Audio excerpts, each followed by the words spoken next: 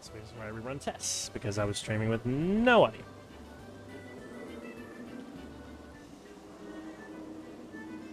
So it's good to know. Oh.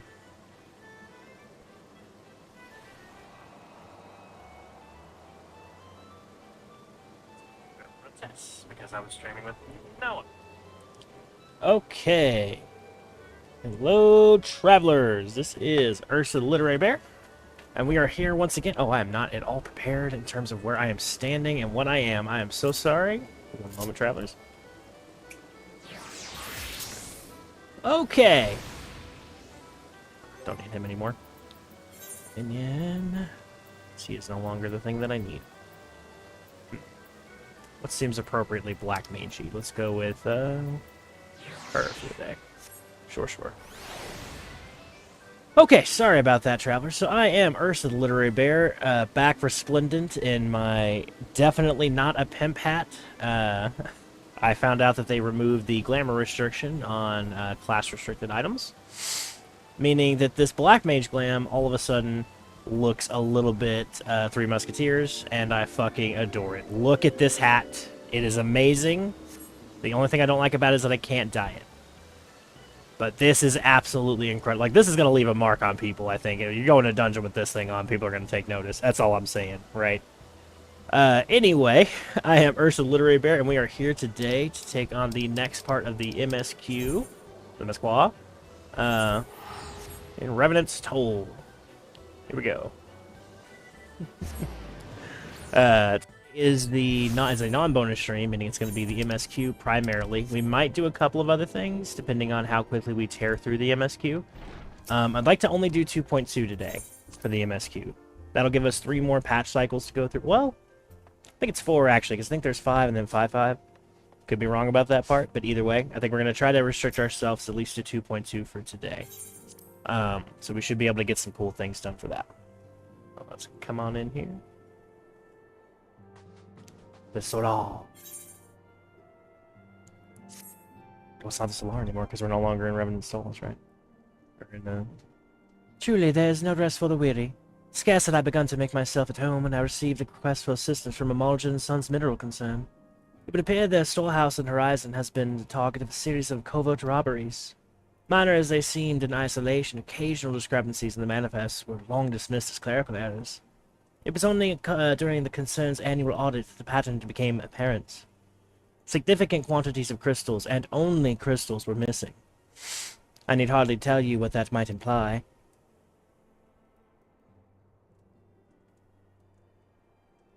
The brass blades charged with investigating the thefts believe that someone within the concern is selling crystals for profit. Alas, they have as yet been unable to identify a likely suspect, and the concern's proprietors have grown frustrated by their lack of progress. Needless to say, I would not have agreed to intervene had the stolen goods been of merely monetary value.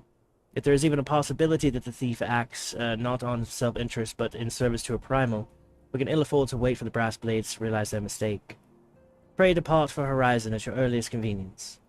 Rendezvous with Y'shtola when you arrive. She and Thancred had already begun a preliminary investigation.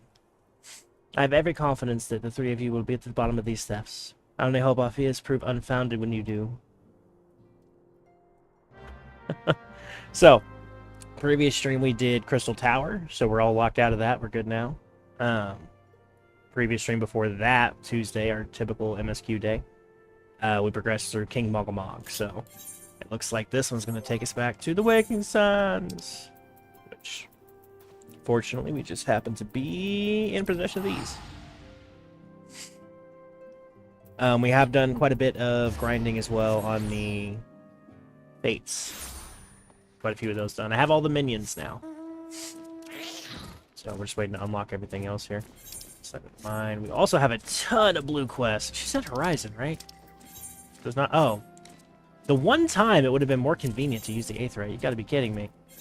Yeah, we have all the minions now, so we're working on the weapons. I currently have 2 of the weapons with a little bit of progress in another 2. I believe if you get 7, you get a mount, and if you get, like, all of them, you get a different mount. But, for the time being, let's continue on with this part. Ah, Ursa, your assistance is most welcome. I've already spoken at length with the brass blades of the Rose, albeit with little avail. It would seem that the thieves took great pains to conceal their activities. I could go into further detail, but your time might be better spent in conversation with Fufalupa. He is the officer charged with leading the investigation, and I would only be repeating that which he relayed to me. If aught eluded my attention, mayhap it will not elude yours.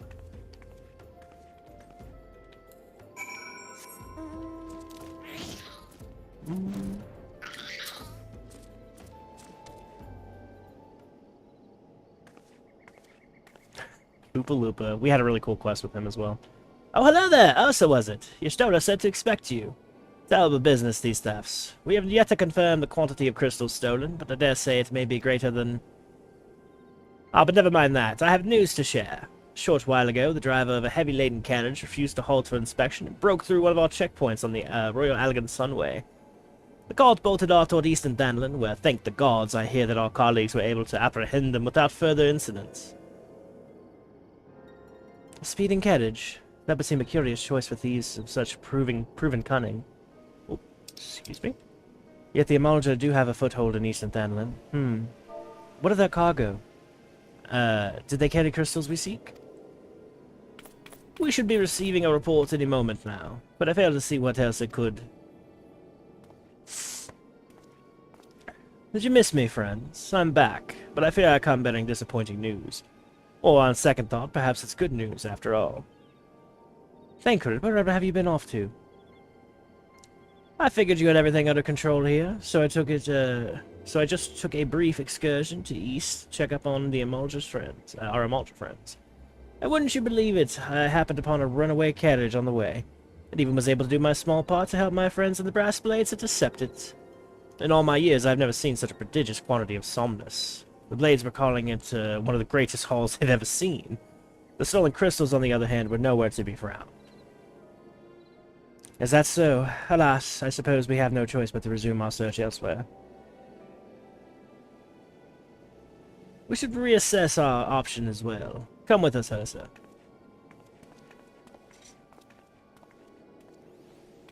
So, Somnus is the drug that, essentially was responsible for ending a war, funnily enough, but... about that later. Against all expectations, it would seem the Amalja are innocent of this particular spate of crimes. By all indications, they have yet to replenish the stores of crystals exhausted during their last attempt to summon efforts. What I cannot fathom is why anyone else would go to such lengths to obtain crystals, and in such quantities. It cannot be that we are dealing with simple thieves. If their motive were profit, why would they limit their trade to crystals alone? Plainly, we are missing something. While you think about what it might be, I shall inform Oriange of your progress, or lack thereof.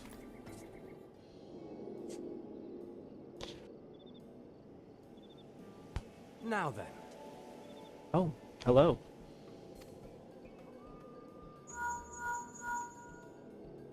Tis I. The situation may be more complicated than we anticipated.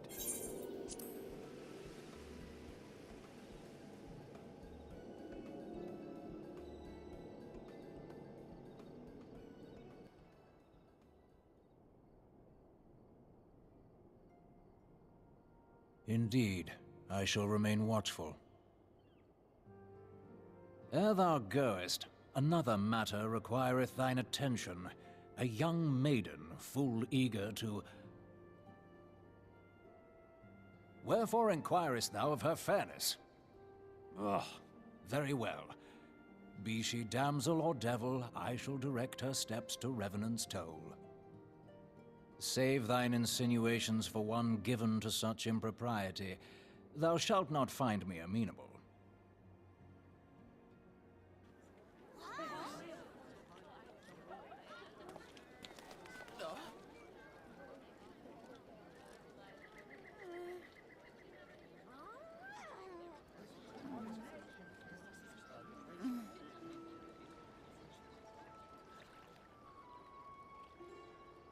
Far across the sea from the land of Domar have we traveled.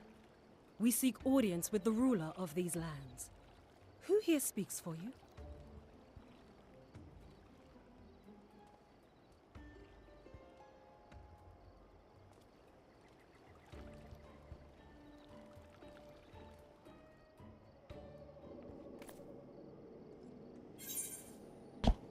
Interesting. I forgot that was voiced.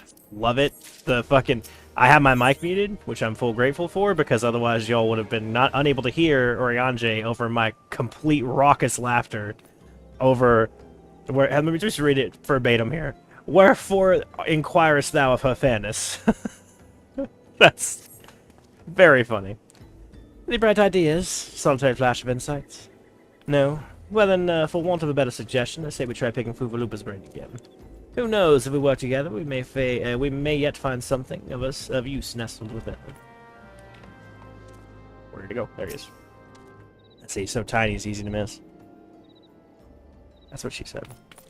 Oh, but it's good to see you return. I have given some thought to the matter, and I have just hit upon a most disturbing possibility. How could I have been so blind? Calm yourself, Oopa-Loopa. What is the disturbing possibility of which you speak?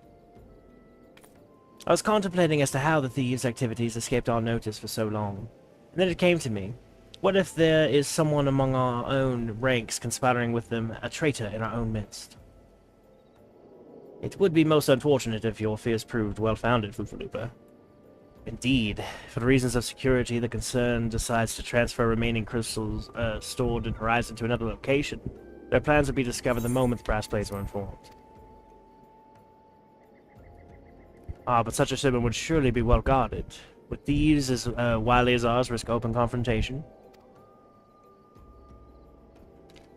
Mayhap not, but neither would the concern be eager to present them with such an obvious target. Nay, they might instead elect to carry out the transfer in secret, to entrust the goods to, let's say, a lone Makote miner traveling without escort so as not to attract undue attention. But who... Ah, I see. Yes, the concern may well elect to do that. But to travel with so much cargo would be such a strenuous task indeed, and this miner would certainly need to rest upon the way. Mayhap north of the bridge to Hammerley? A fine spot for a rest, would you not agree, Ursa? You lie in wait to the north, and I shall do the same to the south. Forgive me, my friends, but I have received new orders. I must inform my men at once. Oh, they're cheeky. They're cheeky. I love it. The Fuvalupa's getting in on it, too.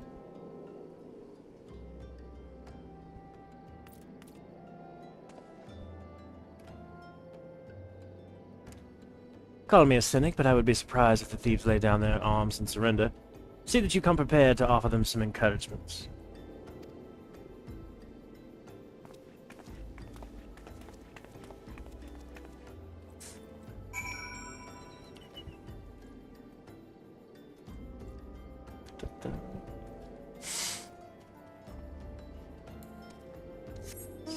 Yeah.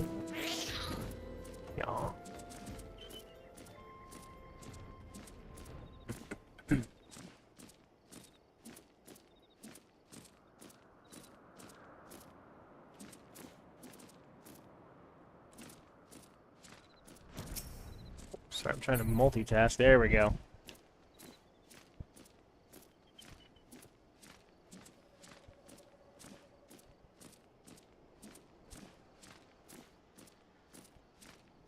Okay, that should be enough that I can worry about that later. Alright. Let's go in, travelers. Let's see what we got here. How bad was the fan there? Not bad, man. This buffer really does a good job of keeping that fan away. I'd say when it's 106 degrees outside, it's really nice to have a fan that you don't have to turn off. Unknown Ravager.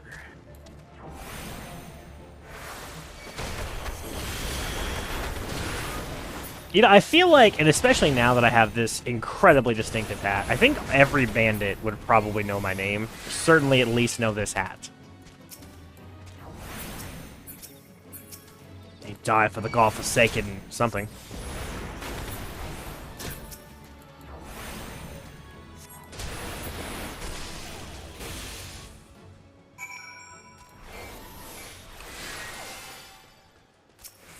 Look at Y'shtola. Alright, this is a rarity right here, travelers. Y'shtola is not normally a miner, so this is the first and probably only time that you ever see her as a miner. Look at this. That's crazy. We spawn. Miner Y'shtola.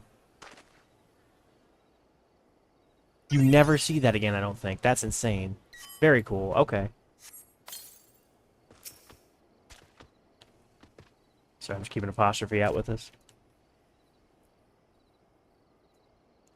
Stubborn to the last, as expected. You are unharmed. King of Seawolf thieves, and in Thanalan no less. I suppose there's a first time for everything. Sea-wolves, all of them. Ah, and all with the same taste in facial tattoos. Blue, in case you were wondering. Oh, these are a long way from home. That means Serpent Reavers. I like how I'm looking back and forth between the two of them. Thancred, if you would be so good as to attend to the outstanding matters on the horizon, I have inquiries to make. To Horizon, then. Ufalupa will want to hear about your meeting with the thieves.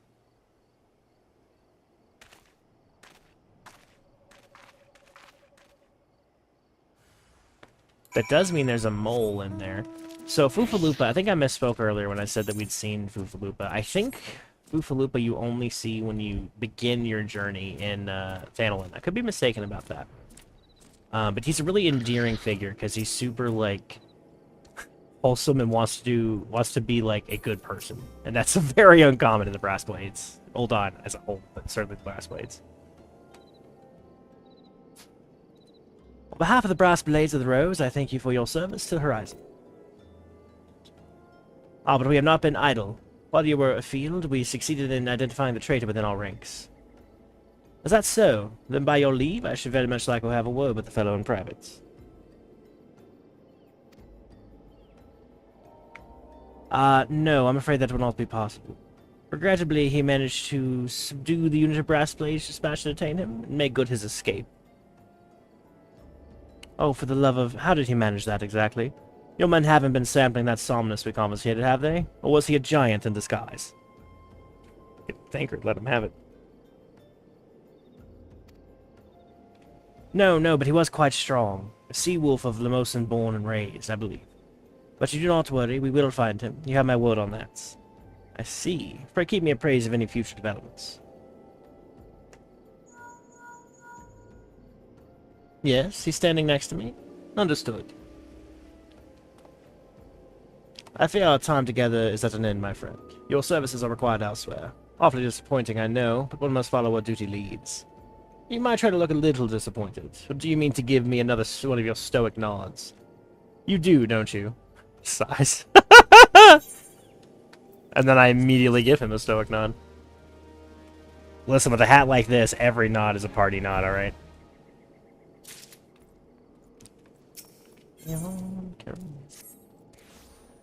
The antecedent bid me tell you to make for Vesper Bay, where young Alphino awaits your coming most eagerly. It was he who requested your assistance. Some commotion or incident, I am not privy to the details. While you do whatever it is that Alphino has planned for you, I shall endeavor to track down our traitorous Brass Blade. When I do, you may rest assured that we will have our answers. Ah. But I don't have to do that, because I can pray return to the waking suns!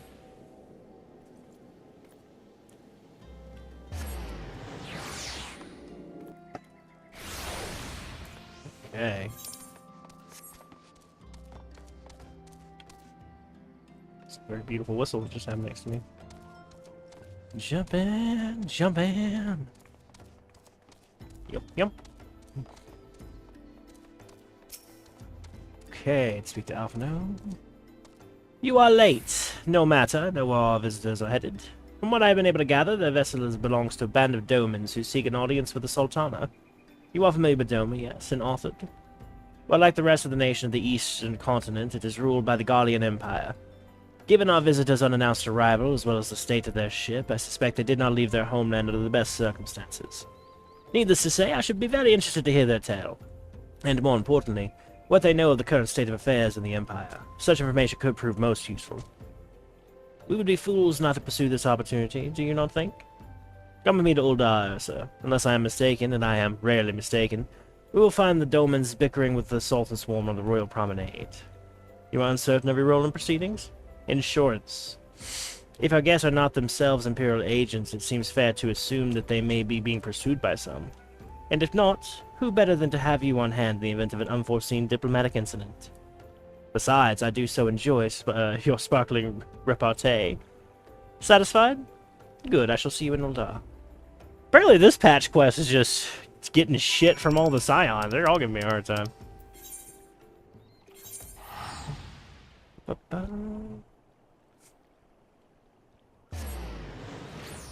Wee. Okay. Promenade should be one of these. Yeah, that'll do. I'll do. Quite well versed in the streets of Ul'dah. This is our Paladin quest giver as well, back over there. I just passed him. At some point on a bonus stream, we will be finishing up the Paladin quest line and then the Monk quest line.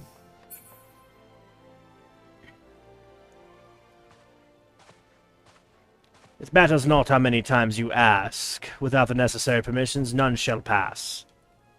I understand, good sir. We have not the leisure to lodge a formal petition. Time is of the essence. All I ask is that you summon your superior. Allow me to plead my case. Surely you can grant us that small kindness. Away with you, and darken these doors no longer. I will not ask again. You know not what you do.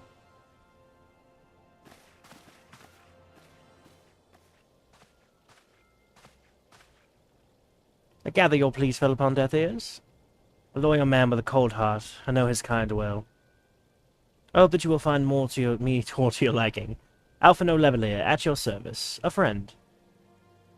Which I believe makes me very uniquely in this part of the world, at least. Makes me very nearly unique. Gotcha. Few indeed are your allies in Ul'dah, yet you will need some if you wish to endear yourself to the wealthy and powerful. Pray join me and my associates at the Quicksand. There you may explain your situation to us, and we will see if there is aught we can do to help. Yeah, so had it inspires confidence, right? Oh, what am I doing? Could I then try to mount? Jump. Jump. Oh.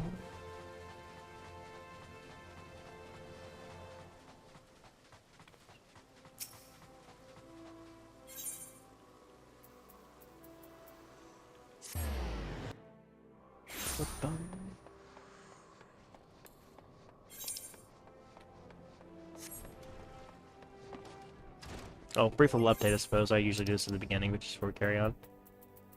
Everything is now at 30. Meaning that whenever we get Astrologian, Scholar, Dark Knight, and Machinist, everything that we will ever have will be at 30. Besides Blue Mage, I suppose. Which is pretty exciting. It means we'll never have to go back below that level scaling. Which is quite cool.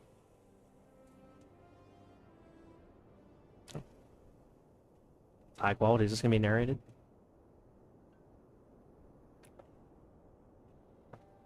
We have traveled some several thousand miles across the sea from the nation of Doma, in hopes that we might find sanctuary in these lands. Sanctuary, Lady Yugiri?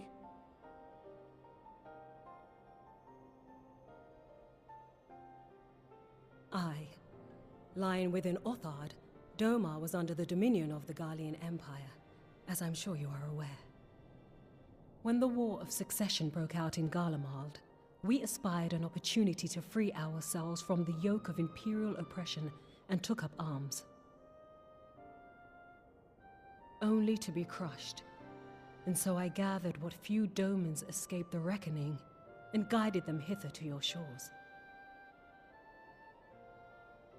A war of succession? Then the Emperor... Forgive me. You said that Doma was under Imperial rule, did you not? Doma is gone. Razed to the ground as an example to the other provinces. 12 have mercy. And your people? On a ship anchored in Vesper Bay, flying borrowed colors. Many were complicit in the rebellion, or akin to those who were. They will not come ashore until I send word that it is safe to do so. I sought an audience with your rulers, but was summarily refused. The lords of Ul'dah are not wont to entertain foreign refugees without suitable encouragement. Mayhap I was foolish to expect otherwise, but our supplies run low and we have young ones in urgent need of care. I have seen the tents outside the gates, however. We are not the first to seek asylum, nor will we be the last. Be that as it may, Ul'dah is no friend to Garlemald. Your tale would stir the hearts of many men and women here.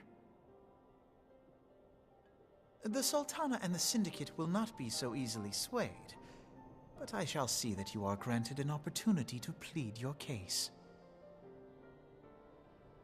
This is within your power? Well, far be it from me to boast, but I do have the ear of certain influential individuals. I am in your debt. Lady Yugiri, forgive me for observing, but your choice of attire seems like to evoke feelings of mistrust. Men are wont to fear the unfamiliar. We know this from experience. We seek only to spare the people of Ul'dah unnecessary disquiet. I shall defer to your experience, then. I thank you for your understanding. It seems I have urgent business with the Flame General. I leave our guests in your capable hands.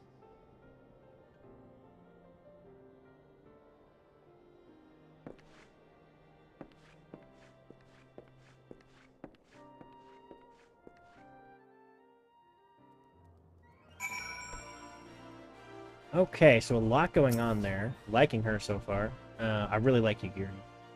If I may, sir, as I said earlier, we have been at sea for several moons, and our supplies are all but spent. I have not the heart to repeat the tales of our tribulations, nor would it please you to listen to them, I think. Suffice it to say, however, sacrifices have been made. Though it shames me to beg for more when you have already offered so much. Desperation compels me. Gentle sir, if you or your associates could spare any provisions, anything at all, it would go a long way to lessen the suffering of my people.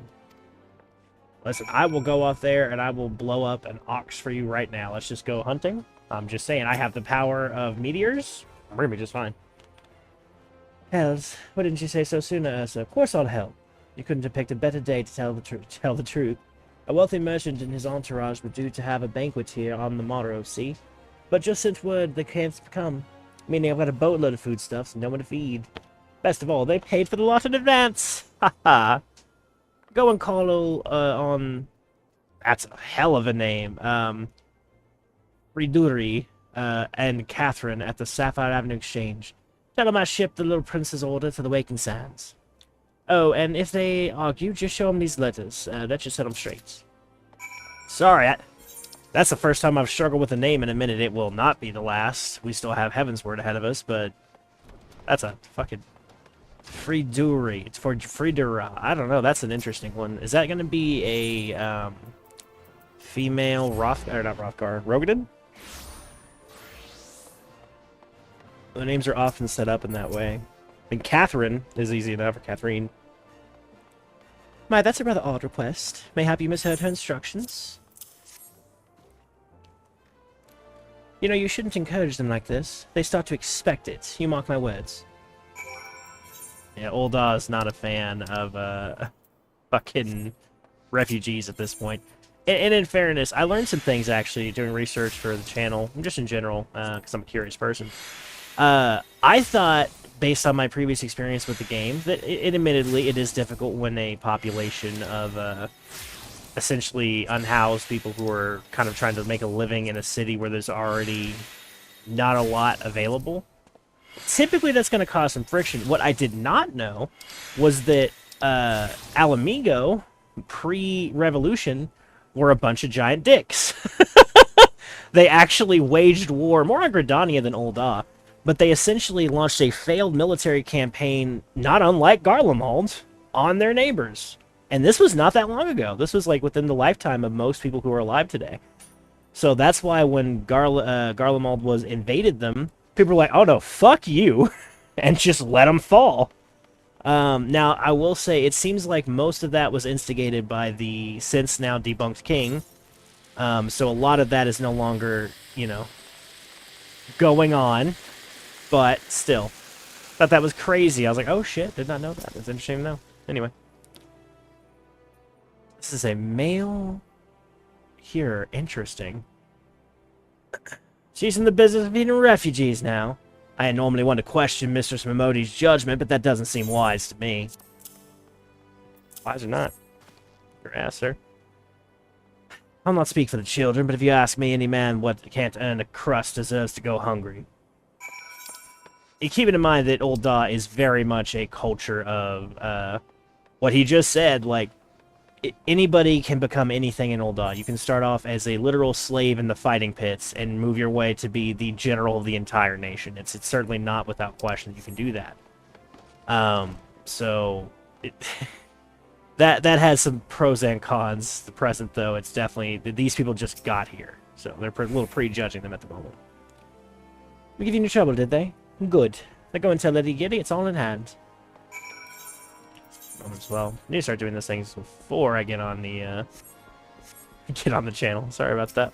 Sorry, Gary.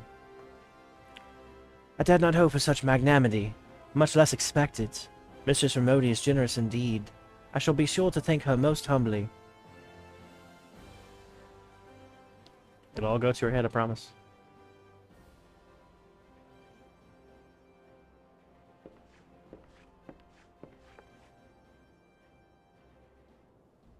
Lady Ugiri, I briefed the Flame General on your situation. I think you will be pleased with his reply. You have been granted an audience. For the Sultan and the Syndicate both. We should return to the Royal Promenade at once. You have done much for us, Master Alphino. I swear we shall return the favor. Not as owed, Lady Ugiri, for naught has been given. This small favor you fairly won with your words. This is with the words that you must win favor of the Syndicates. I shall choose them with care. You'll be accompanying us, yes? Good, your presence may serve to remind the Syndicate of the true meaning of philanthropy, and that nothing so unpalatable will be required of them, assuming the Domans are willing to earn their keep. Come, the Flame General awaits us on the Royal Promenade.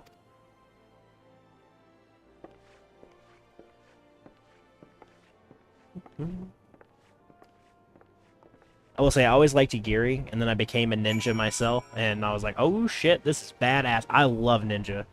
Very fun, very frenetic class. Be the word I would use for it. It's very... It hits hard, it's punchy, and it's very involved, which are things that I very much enjoy. It's kind of why I was hoping Monk would mesh with me, and so far it really hasn't. Full disclosure, after I got to level 40, I did get a trait that meant that what's it called? Steel Jab or whatever the hell is slightly better. And I was like, it's starting to come together. You know, and I'm told it gets good at Stormblood, but so far I'd rather be playing almost anything else. So anyway, a pleasure, Ursa. The others are already inside. Let us not keep them waiting. This is almost certainly going to be a voice cutscene. The Sultana. Favorite Alpha. I, Ugiri of Domar, am honored to meet you at last, Your Grace. To mark this auspicious occasion, I should like to present to you the finest treasures our humble nation has to offer. Alas, the circumstances which have brought me here today have divested me of both time and dignity. I come before you as a pauper in direst need of aid, to request that you grant my people asylum. I, Nanamo, 17th in the line of Ul, welcome you to our city. Be at ease, Lady Ugiri. Although I myself have heard the tale of your misfortune, I would ask that you recount it once more for the benefit of the others here present. As you wish, Your Grace. For many years, my nation, Domar, suffered under the yoke of imperial rule, and my people yearned to be free. Thus, when a war of succession broke out in Garlemald, we sought to take advantage of the chaos and reclaim our liberty. Alas, our enemy proved less preoccupied than we had hoped, and our rebellion was put down in the most brutal fashion. Those who survived, how many do they number? More than 200 souls huddle within the cramped confines of our own galleon's hold. Yet this figure accounts for but one of a number of ships which escaped the Purge. It is my hope that you will allow us all to dwell within your walls. Should that prove unfeasible, however, I humbly ask that you accept as many of my people as your resources allow. Pray understand, we do not beg a boon, but propose instead an arrangement. We would serve as soldiers or tradesmen until our debt is repaid. What are the Syndicate's opinions on this matter? I, for one, think it's a marvelous idea. Lady Yugiri and her people strike me as an industrious lot, and there are parts of the city which have yet to be fully restored. If they are willing to work, I see no reason not to let them. The head of the Mirage Trust is not known for his generosity. He sees profit in this. I agree. That said, these are foreign refugees. To admit them would require a formal resolution. Shall we call a vote?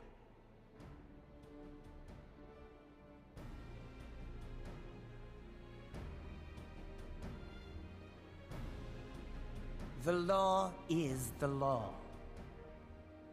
Lord Lolorito? Tell me, are you blind or willfully ignorant? Even now, our streets are choked with the displaced victims of the Calamity and Alamigan refugees. They live hand to mouth, subsisting on aid provided by the immortal flames, the cost of which grows ever higher. The wealth of Ul'dah is not without limits, my friends. And need I remind you that these refugees are prone to violence and criminal activity? You have all read the reports, I think.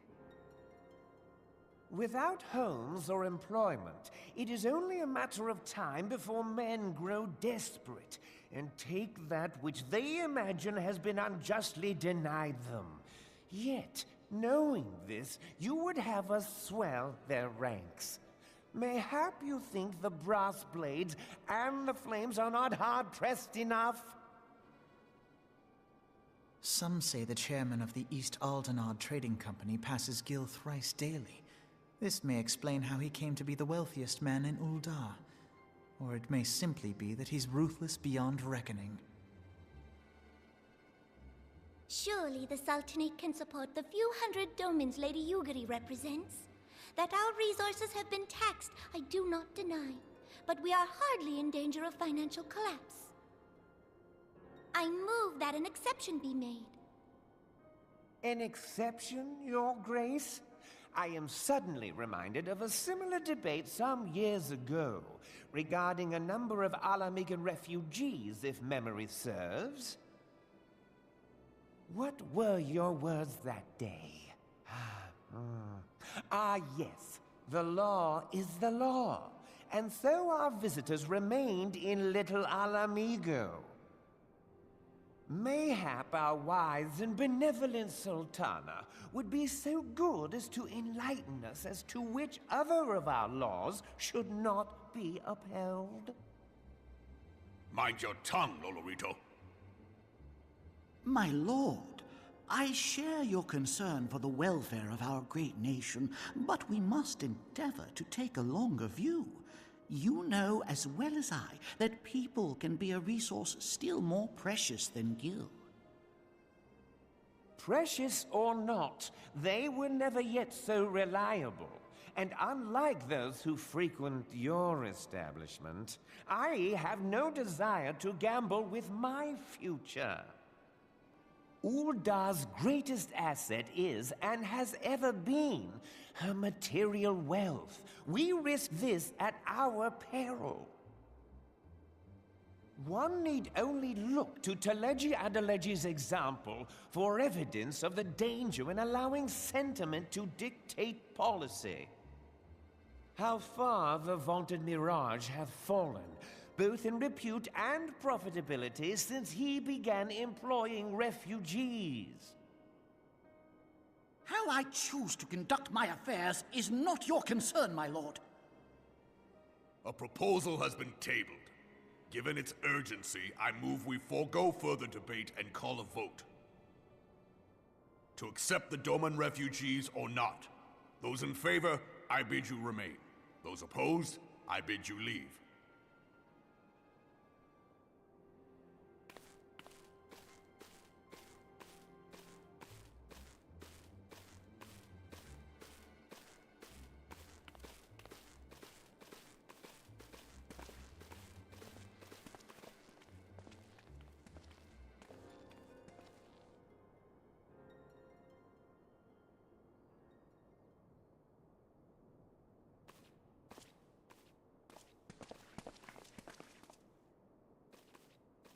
Would that it were within my power to welcome you and your people, Lady Yugiri.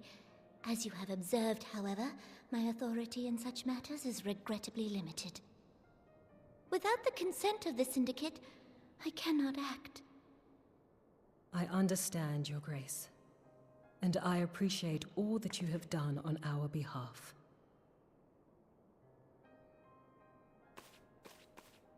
The nerve of the man! If that bastard had not forsaken the eastern trade route, little Alamigo would now be thriving. Oh, that you should have traveled so far under such dire circumstances, only to be refused in this manner is utterly unconscionable. Pray, accept my sincerest apologies.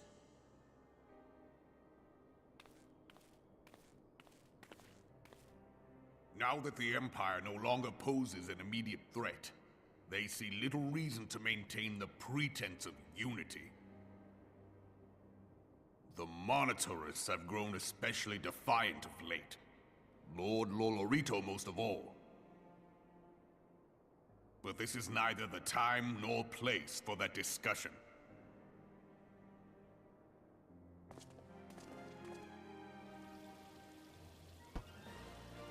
All right.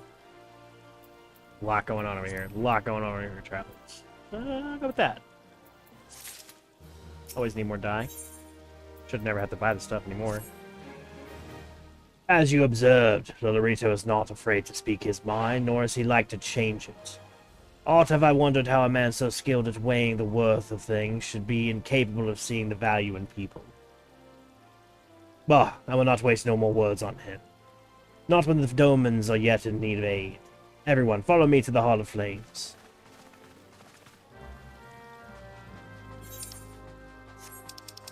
That should be right outside the 4/8, right? There's Jinlins. I like this little minion. She's cute. Speedy as fuck, too.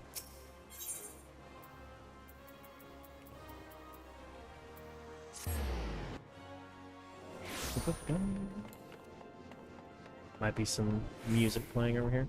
Actually, let's see what the show is today. Why not? What you guys got going on today? Different calisthenics.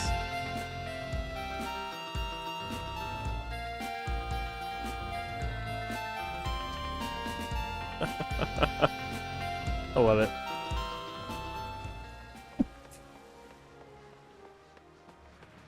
So sorry. Okay, here we go.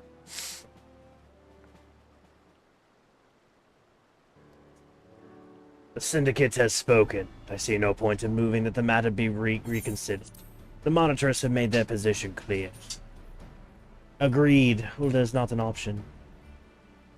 Nor are Limsa Lemensa or Gordania, I judge given the state of their internal affairs. Which leaves our Doman friends confined to a ship. Draws the thought of them huddled in the airless hold with no hope of better treatment. Would that I had more time to find an alternative, place not bound by the concerns of the great nations.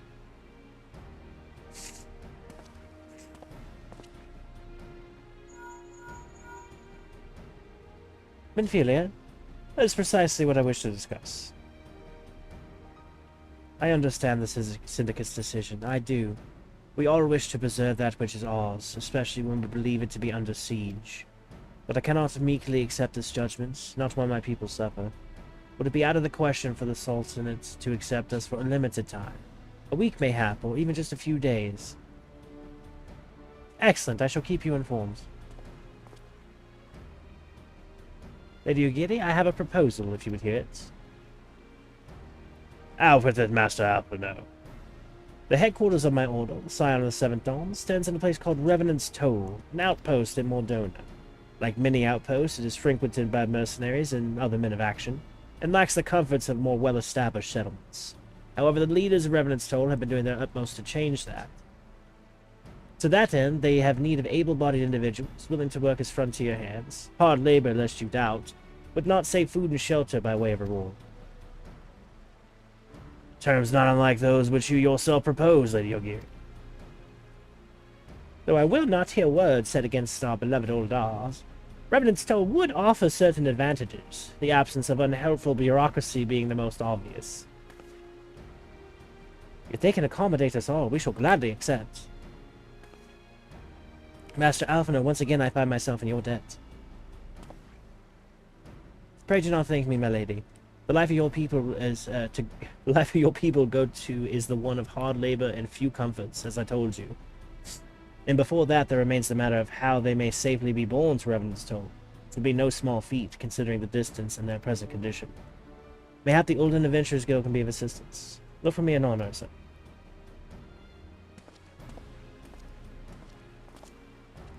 Lady Ugiri, if you and your people would accompany me, we may discuss what aid the Immortal Flames can provide. Yeah, Rabon's like, listen, I can't do shit about the Syndicate, but these people are mine. The flames are his. He will fucking take care of it. That much he can do, and he will.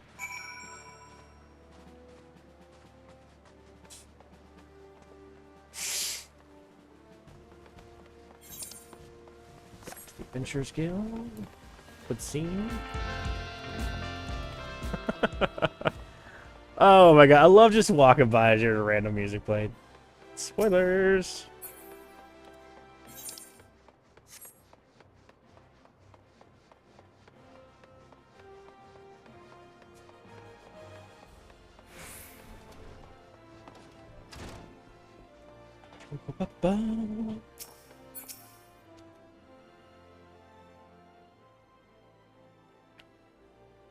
We are concerned that the Doman refugees may find the journey to Revenant's Toll too much to bear. Too long have they been sequestered aboard the ship with insufficient supplies and scarce room enough to breathe, let alone stretch their limbs. With that in mind, Mr. Samodi has kindly offered to accommodate the Domans until such time as they are ready to set out for Mordona. Those healthy enough to travel will embark as soon as transportation has been secured, while those too weak to leave at once will be permitted to stay until they regain their strength. Aw. Like I said, top 5 level fells. Him, bottom 5. Talk about why later. What news? Transportation remains our greatest obstacle, General. Is there aught the Mortal Flames can do? I fear that exceeds our mandates. Whereas a smaller number, mayhap it would go unnoticed. The Syndicate will not bear the cost of escorting more than 200 Domans to Mordona. When government fails to act, the responsibility falls to us private citizens. I will engage the services of the 77 caravans of the Doman's behalf. Very well. We should begin contract negotiations at once. Your generosity is most welcome, my lord. After all that has befallen these good people, it is the least I can do. Come what may, you shall ever have a friend in Uldar, Lady Ugiri. Due in Revenant's Toll, my lord.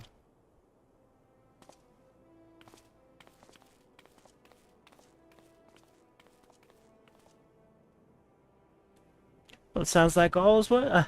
It sounds like we all have work to do, Lady Ugiri. Let's put our heads together and settle the details of our arrangement, shall we?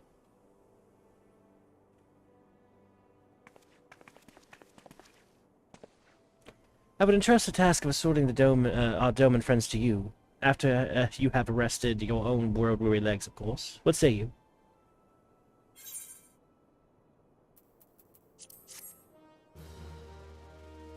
I can certainly do that.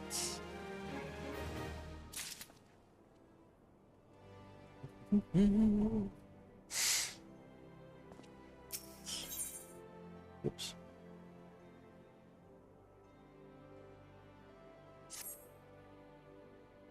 As we speak, the Domans prepare for departure at Vesper Bay, where from they will be transported by carriage to Uldar. That said, this has been all decided rather suddenly, and it would not surprise me if the refugees required some assistance in coordinating their preparations. Ursa, I would have you return to Vesper Bay and facilitate the process through tasks great and small. In short, whatever must needs be done, do it.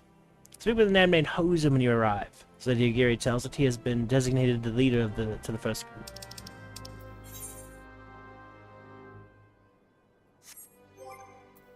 Of course. But I return to the Waking Sands.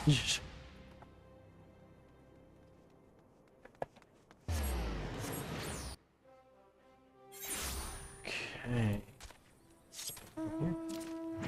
And apparently this one has not yet been completely de-yellowed. It's alright though. Greetings. Avno informed me that the Scion will be arriving to help with preparations. I am honored to meet you, though shamed as well. A great warrior should not be tasked with such trivialities. I know from a glance what manner of man you are. I too have some skill at arms, so as do many of our people. Pray forgive this trifle, but might I trouble you to help round up the children that have been given into my care? They are most adept at staying hidden from my sight, but perhaps your keen eyes will succeed where I have failed. You have my thanks, friend. Pray seek out my son, Yozen. He can tell you more. Hosen and Yozen. There he be. Oh, hello there. I'm Yozen, son of Hosen. Will you be coming with us to Uldar? I hear we're traveling by horse-drawn carriage. But don't you think they're queer? Giant birds that people ride like horses? I still want to ride one, but... What's that? You were looking for the others? Don't worry, I already told them to get ready for the carriages. I'll need your help, though. We're just finishing a game of hide-and-seek. 3 players are still hiding. Since Lady Agiri told us to take it really seriously, they won't move until they're found. But Vesper Bay isn't that big, so I bet you can find them in no time. Vesper Bay. Easy peasy. Hey, you're not Yozen. Who are you? I'm Kaharu. Ursa Bear Song, eh? I don't know anyone else was...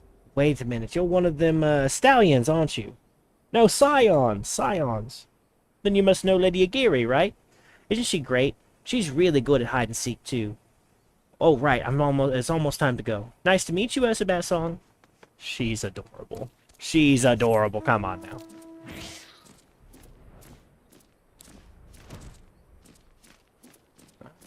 Is that child?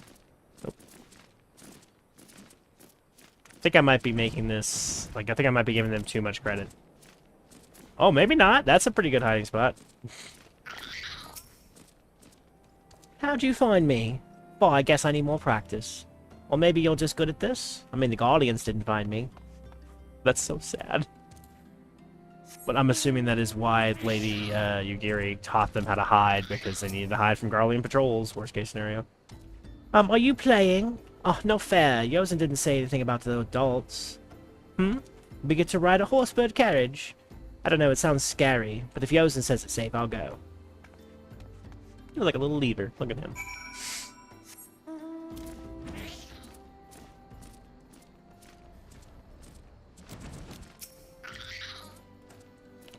Wonderful. All the children are accounted. Hide and seek. Ah, I see that you are curious. It is quite simple, really. Lady Ugiri thought it best the children know what to do in case the Guardians found us. I should hope that these days are behind us, but I nevertheless take comfort in knowing that we are prepared.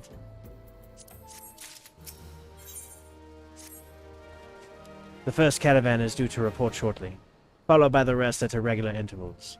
My family and I, including my stubborn old father Homai, will be traveling in the lead carriage together with young Koharu, whom I believe you've already met.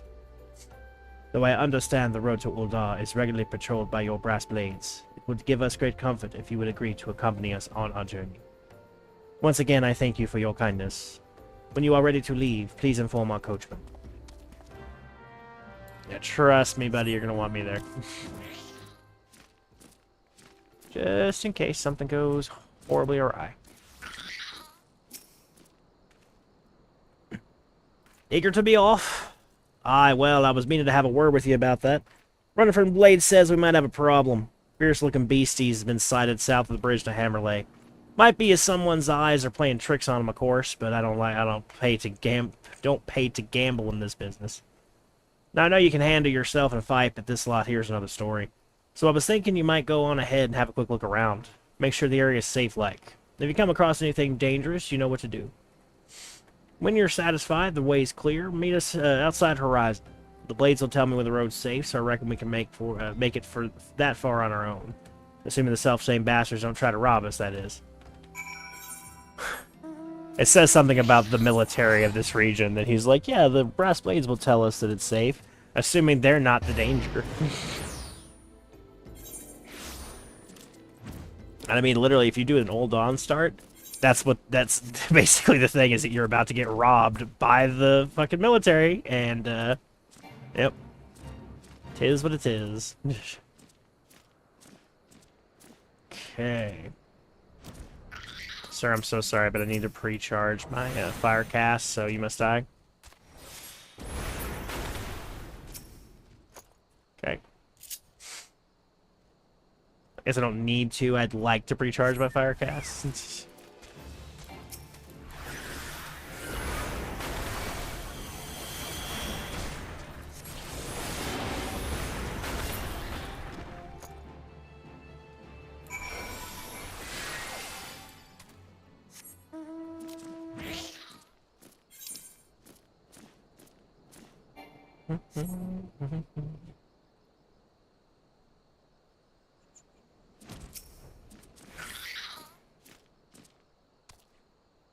So there was a beastie. Was being the operative word, eh? Ha ha.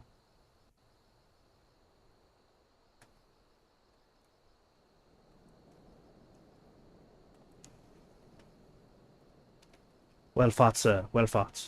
Ah, if I were only in better health, I should have been proud to stand by your side. Pay my son no mind. He forgets that his responsibilities preclude acts of daring do.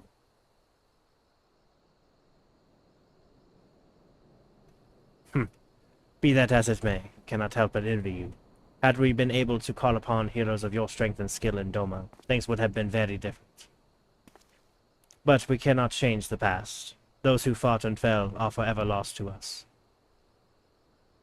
Last but not forgotten, Lady Yogiri's kinsmen least of all.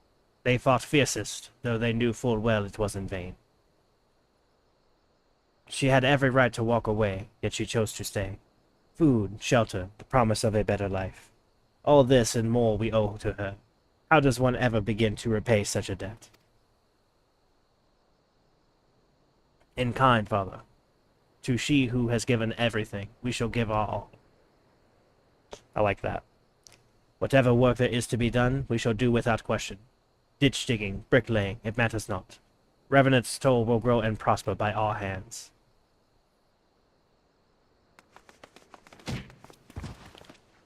Motherfuckers, I will blow you up. Who are you?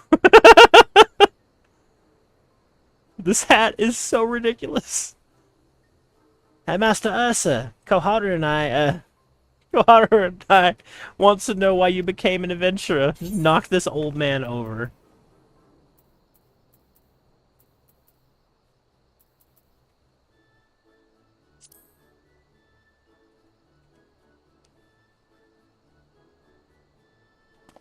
So you like roses? I think I understand. I mean, they're nice and everything, but don't they grow in lots of places? It's my turn now. Excuse me, Mr. Ursa. I've got a question. What's Revenant Toll like? Is it pretty?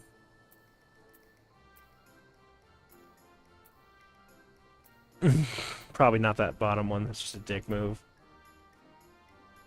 What are these two? Let's go with that one. That seems most descriptive. She won't care who the Scions are.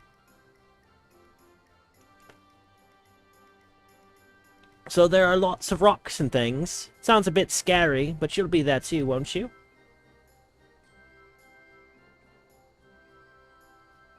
Enough, Koharu.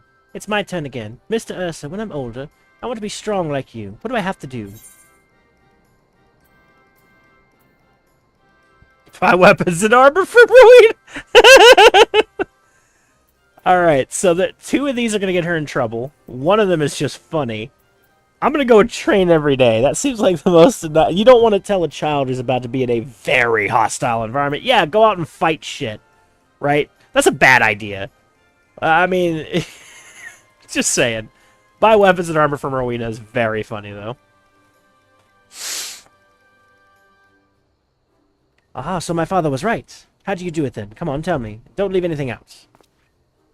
Alright, alright. That is enough questions of Master Ursa. That's not fair. Why does Yozon get to ask 2 questions? I want to know about adventuring just as much as he does. Just one more, please. Do you think I could be an adventurer like you one day? Really? Then I will. Thanks for the advice, Mr. Ursa. I won't forget it. I'm going to be an adventurer too. When we get to Revenant's Toll, let's make an adventurers guild for Domans. We'll protect our friends and punish the wicked, just like Mr. Ursa and Lady Ugiri. Yeah, just like Mr. Ursa and Lady Ugiri. We can talk more about it in the carriage on the way. Will you be joining us? Yes. I'm gonna either be on top of that damn thing or on front of it, because ain't nothing happening to y'all when I'm here, I promise you that much.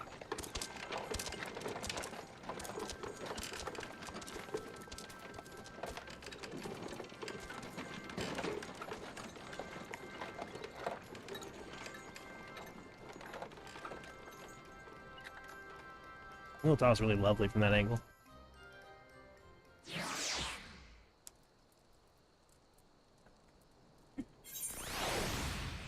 A lot of MSQ over here, Travis. A lot of MSQ. I'm loving it, personally. Back at the quicksand? Interesting. Oh, excuse me, friends. I'll just be away.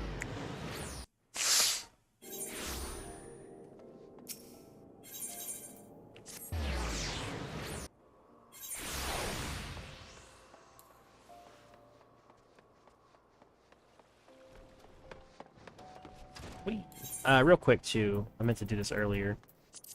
We're going to go ahead and queue for a dungeon. Mostly because I need it for a couple of other things I want to do in the background. But we're not in any particular urgency to do it, so... whenever it clicks, and we'll do it as Black Mage as well. Ursa, I take it the first group has arrived. Excellent. Is there naught else? No, I have matters well in hand here. You and Lydia Giddy should travel to Revenant's Toll forthwith.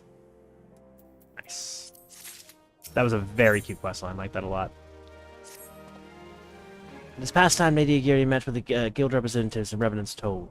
Since I do not foresee any further matters arising here in Thanlin which might require your personal attention, I would instead have you serve as an escort to the Doman delegation for the duration of the journey.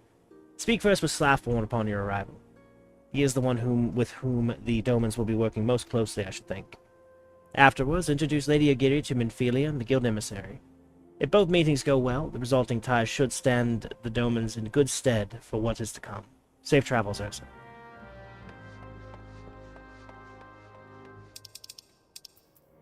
It's toll. That toll.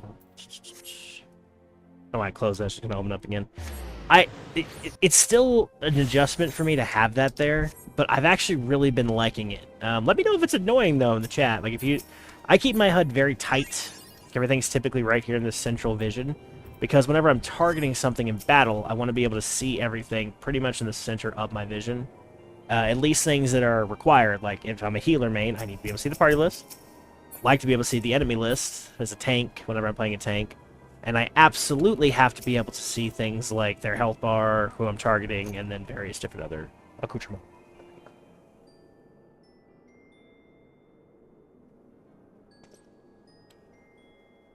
This must be the esteemed Lady Agiri and her associates. I greet you all as friends and bid you welcome to the Toll.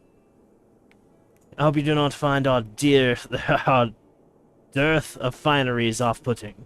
Poor though we may seem, we have a wealth of spirits and camaraderie to spare. See, race and creed don't enter into it here. We welcome all sorts, provided they are willing to earn their keep, of course. We are no strangers to hard work, Master Slathborn.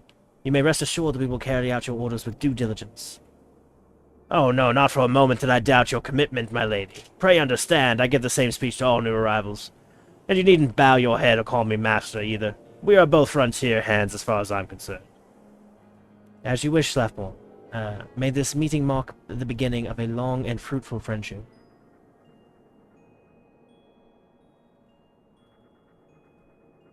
Our guests have yet to meet the antecedent. 7 hells, sir, so why are you wasting time with me? See them to the Rising Stones. In fairness, if there were royalty here, it would probably be Midvillia. To whom much is given, much is expected. Forgive me, I require a moment of composure of my thoughts before meeting with your leader. We shall join you at the Revenant's Toll at the Rising Stones anon.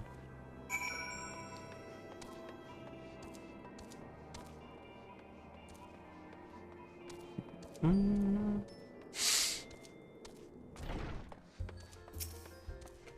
here.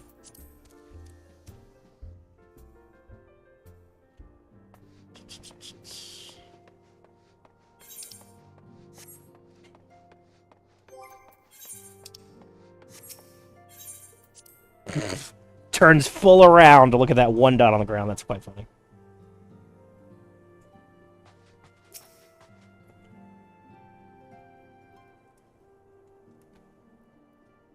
"'Tis no use. Our attempts to reach the students of Baldessing continue to meet with failure. Oriange has explored other avenues of inquiry, but they too have yielded naught. We will preserve, of course. I think they meant persevere. Maybe I'm reading that wrong, though. It is persevere, sorry. We will persevere, of course. Yet within our hearts the truth is clear. We are but awaiting confirmation of that which we already know. How fare the Domans? I'm given to understand you were kept quite busy in Vesper Bay. Mayhap you question the wisdom of aiding refugees from primal threats remains unresolved. I should not blame you if you did, nor would I deny that this matter falls outside our normal purview. But that as it may, be that as it may, I could not ignore the plight of these refugees. Not when it was within our power to help them. Okay, don't get any complaints from me. Lady Ugiri is here. Please show her in. I should very much like to meet her.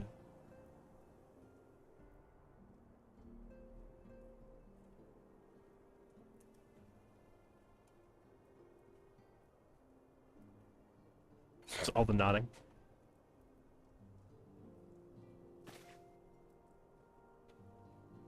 We have no objections. Pray do so with our blessing. Your answer pleases me beyond words, my lady, but are you quite certain? We have no way of knowing how many might answer my summons. In the event that Revenant's Toll could not accommodate us all, we would need to find an alternative solution. Should that come to pass, we will find it together.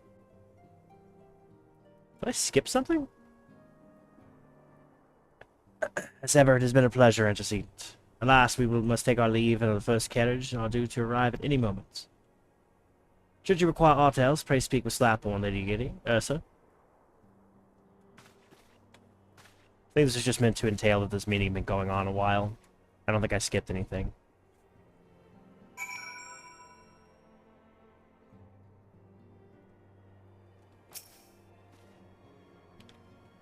Lachmin and I will make all the necessary preparations to ensure that our Doman friends feel at home upon their arrival. Though I must admit that I am still troubled about the matter of the missing crystals. Yusola should be returning anon with the report from the field. Mayhap you could wait here and speak with her upon your arrival? Or her arrival?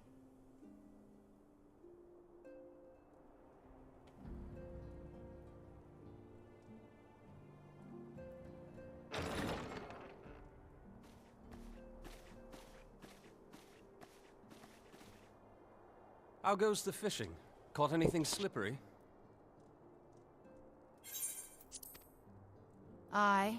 Our suspicions were well founded. The Serpent Reavers are indeed the culprits. The plot thickens. Has there been any movement in Thanalan? It has been blessedly quiet, which is to say the Amalja are being no more or less of a nuisance than usual, summoning Ifrit with such crystals as they have hoarded. Urianger, too, reports not out of the ordinary. Then we have our explanation. Your explanation for what, pray tell? For the recent spate of crystal thefts in Thanalan, we naturally assumed that the trail would lead us back to the Amalja. Yet it did. Had a very fearsome debate about whether or not to accept that cue. We're going to accept it, and I'm just going to skip back to that. Probably I'll cut that in. But didn't think about it till about partially through the cutscene. I was like, how much you want to bet while I'm on this very lengthy cutscene that this cue is going to pop for Amdapor? And then sure enough. Anyway, so Amdapor Keep is currently being housed by cultists. I believe the cult of Dalamu. It did say, I probably should have read the thing again, but it's just lunatic Dalamu. It seems very Dalamu cultisty, yeah.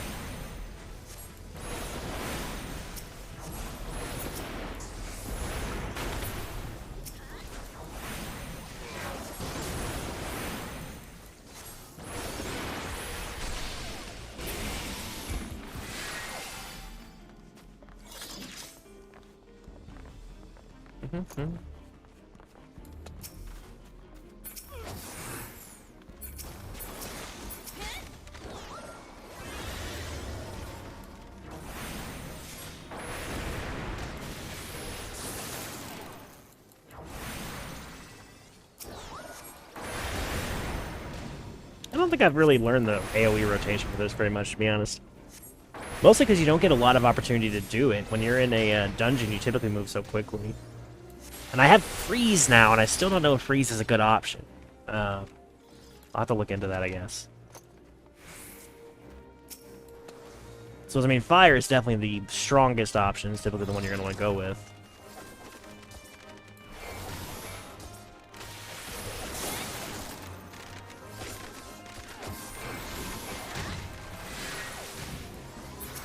That there.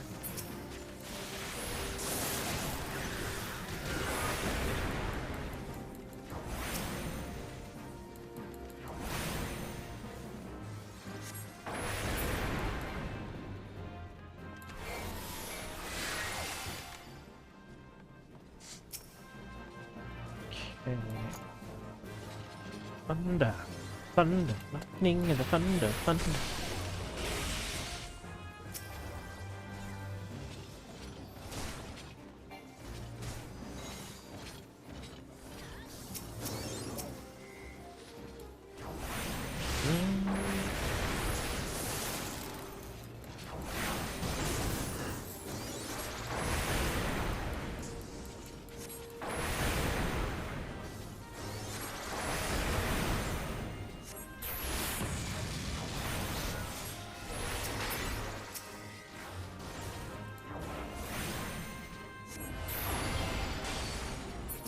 Freeze seems to be a hair faster, so maybe that would make it better in a lot of cases. Like I said, I haven't really studied the AoE rotation at all, because I don't get the opportunity to do it much. Mostly because this one move takes forever to cast, but is so strong that, like, typically I don't even get out of the fire rotation. I don't even have to replenish the mana because this hits so fucking hard that it doesn't matter. But I can see that that's not going to be the case anymore. Kind of speculated anyway that that was not going to be the case, just because it couldn't continue like that.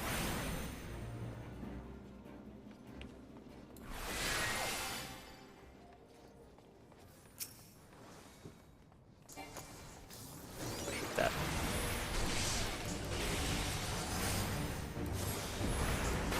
I don't remember a lot of aspects of this dungeon. But I'm guessing this is not going to stay this tranquil in here now that he's casting Void Call. So it's really a good bet. Oh, hello! So this probably is from the Dalamud cultist, because that's definitely the guy that they summoned.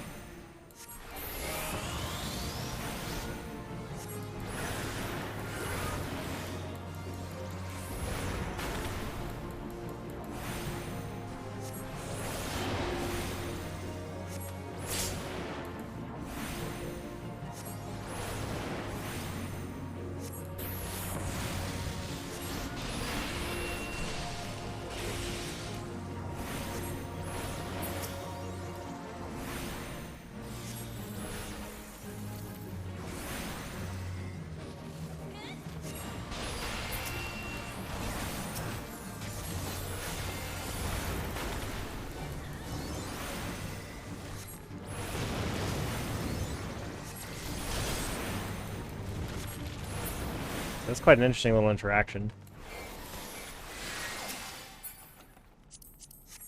I wonder if we could have DPS'd the cultist quickly enough that he couldn't have casted that. I'm willing to bet, based on other things I've seen, he would have survived with like 0.01 health.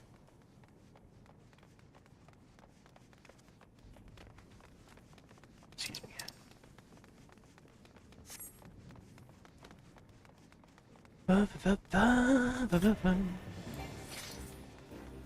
They have awoken.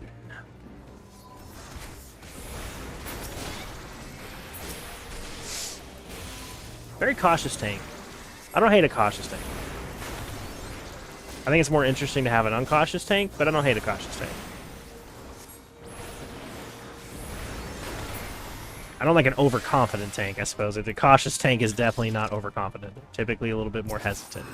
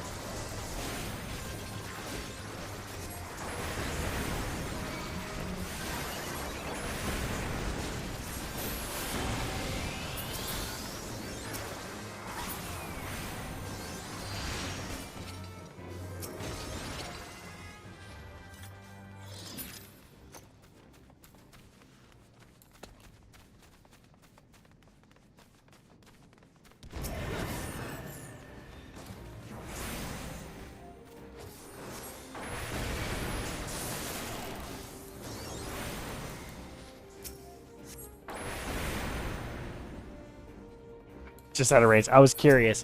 It's like, I wonder if I can get it just before he peeks out.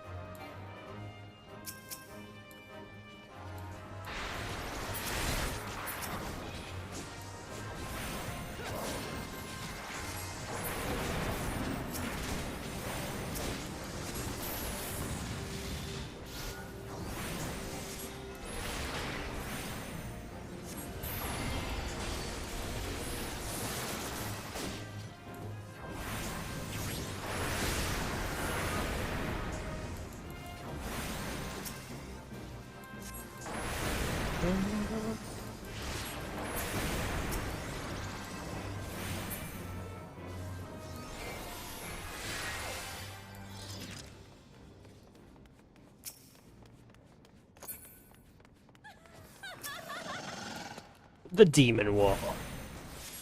This is a classic Final Fantasy boss.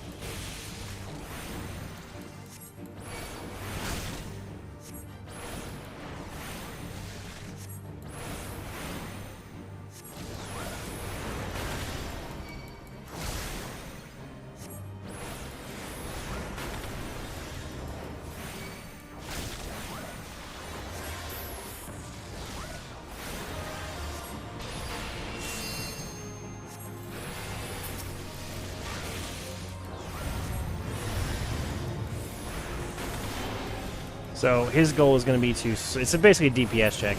He's going to constantly move just a little bit closer. Oh, we can go through him now. Weird. Ooh, sorry, travelers. And last time I muted my mic in a dungeon, we lost audio, so... I am muting this time. I do apologize for doing this on the MSQ stream. I was quite enjoying the story. We will get back to it. If you're watching the edited, of course, there will be no interruption, but... Okay, it said the elemental gauge was changed, and it said something about an umbral heart. I don't know. I'm desynced right now, so surely that's not going to come into play right now anyway.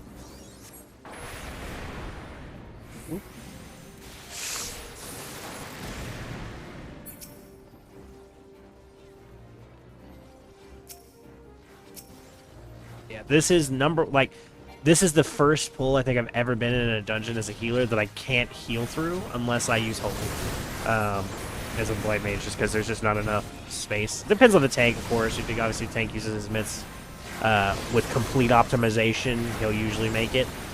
But this is a rough one, even with all that in consideration. It's a tough one to heal through. So kudos to these guys. They're in pretty good sync here. Honestly, as a like healer main, it is typically, honestly, when you're tanking and healing, you're kind of dancing with each other. The tank likes to push their bounds. The healer likes to try to cover the tank. It really is just kind of like a give and take.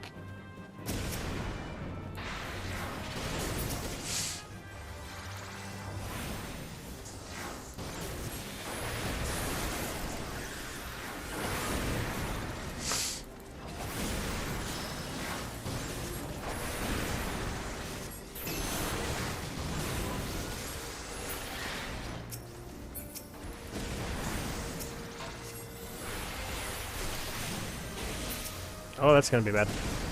Yep. Took a significant amount of damage there for no fucking reason.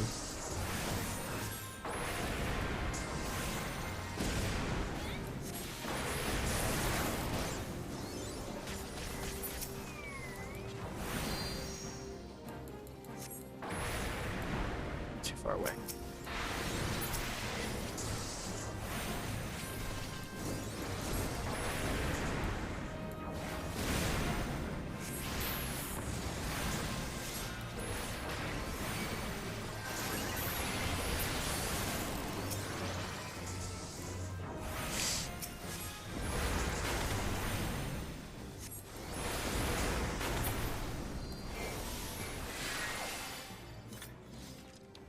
Really cool dungeon, though. This one I like a lot.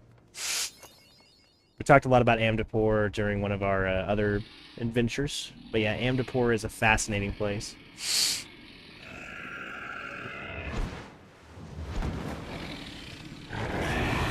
It's not, you know, traditionally crawling with Void Scent. Okay, let's go. Cool pull, cool pull.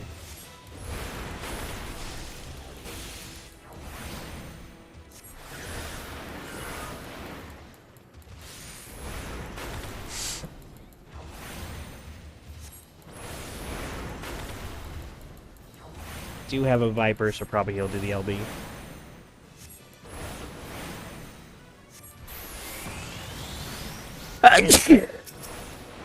Oh no, I'm out of range. Oh my god, I'm so sorry, healer. Oh, the sneeze made me close my eyes at the exact wrong time, and I tried to teleport, but the fucking, the range was too far.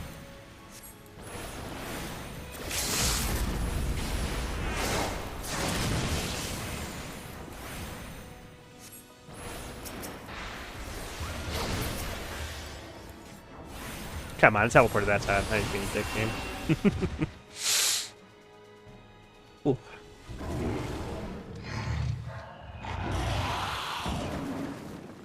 This has kind of got that, like, hairless cat pug energy where it's almost so ugly it's cute. Almost. Still pretty damn ugly. But...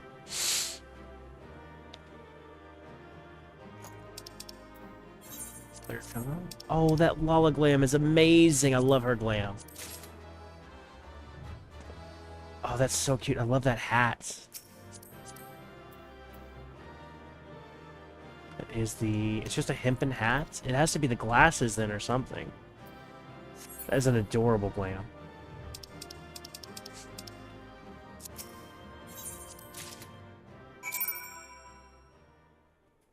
Okay, let's continue this cutscene real quick.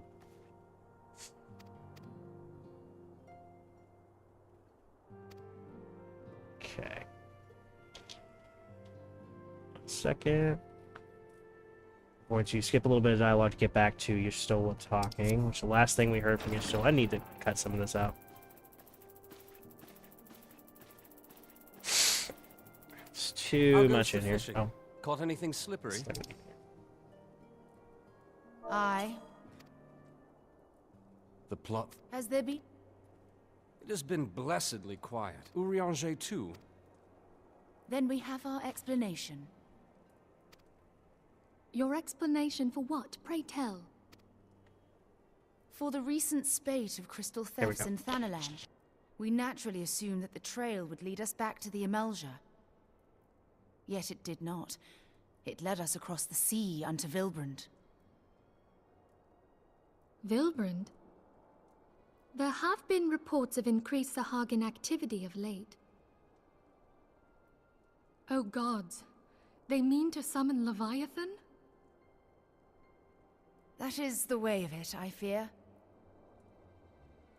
Whilst conducting our investigation on behalf of the mineral concern, we came upon evidence implicating the Serpent Reavers. With the aid of the Maelstrom, I was able to verify our suspicions. 'Tis only a matter of time before Leviathan returns to harrow the seas. But there is more. One of the Sahagin, an elder by my judgment, spoke of attaining the gift and knowledge of eternity. Ugh.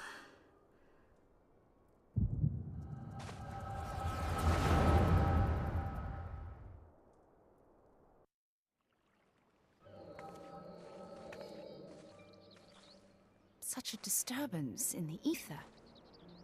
If I did not know better, I should think this device defective.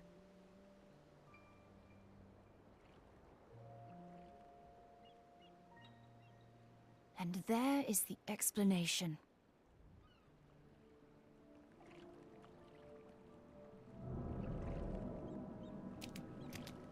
Soon it shall begin. Our Lord shall rise midst surging wave to wash away the finless ones. And I shall be granted the gift and knowledge of eternity, and with the emissary stand equal. Then shall I know no cessation, no oblivion.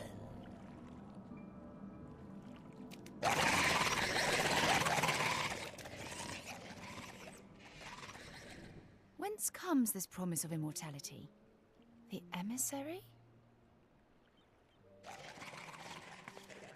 We have outstayed our welcome.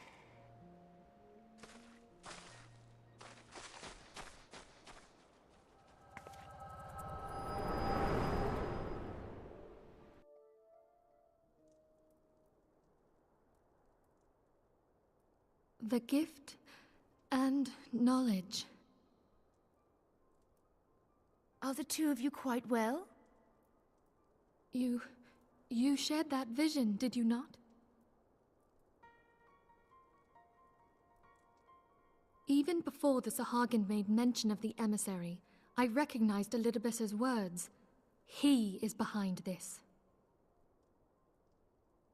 But surely it is not within his power to grant the echo.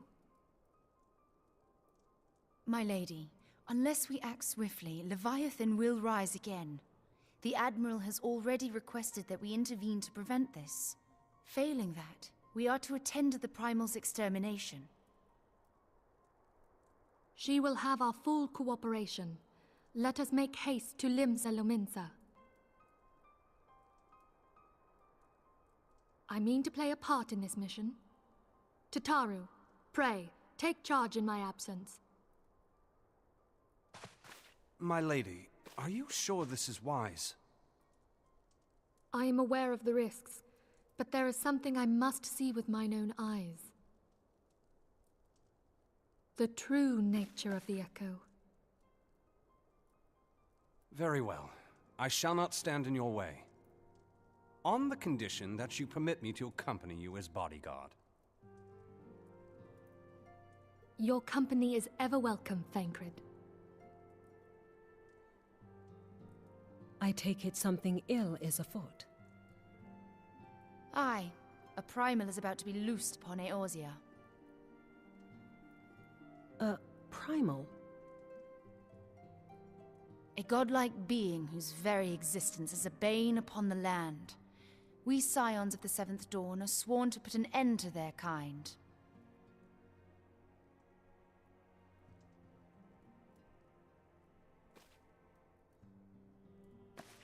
I see. Know then that I am learned in the arts of war. In return for the kindness you have shown my people, I would lend you my blade. It would be most welcome. When contending with a primal, one can never have too many able allies. If you crave a more intimate understanding of the problems facing Eorzea, this experience is like to provide it. Be sure to come well prepared.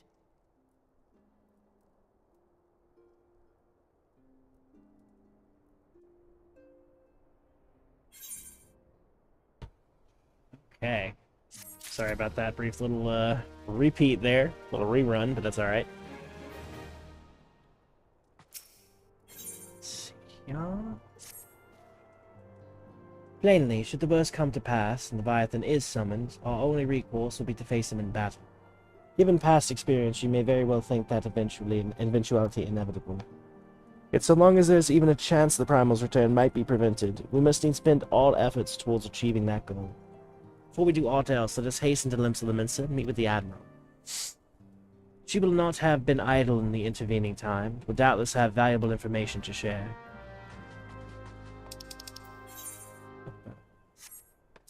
Okay, I'm level 58 now. Keep that for now.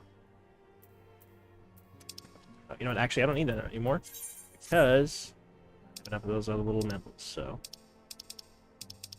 Let's see, 58 actions. So what am I looking at here? 58, I unlocked Blizzard 4, but I didn't get it without job quests. I think it just gave me that Umbral Heart thing prematurely. Grants Umbral Hearts by casting Freeze or executing Mana Font or Umbral Soul. But what does Umbral Heart do? Excuse me.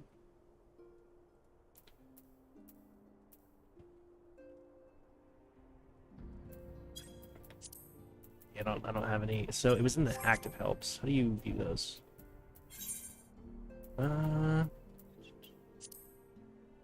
Here. Let's see here. Battle.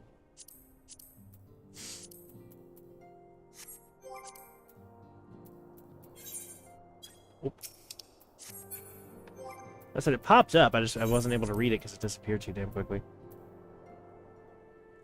So whenever I cast Freeze, where's Freeze? Umbral Hearts bonus. Nullifies Astral Fire's MP cost, increases for fire spells, reduces MP cost for Flare by 1/3. Does that mean I can cast multiple flares? 290, 120, so this is an AoE. Well, I mean, you wouldn't be doing that anyway, you'd be doing this. 180. 20, so grants 3 Umbral Hearts. Hang on. Before we go there, let's go to our house real quick. Number one, I haven't been in it today, and I like to go in there every day, just so you know.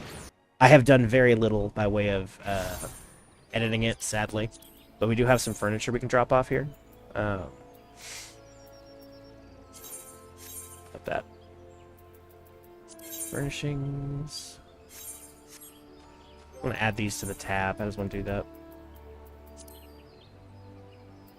No, that's not super rich. I just want to try this real quick.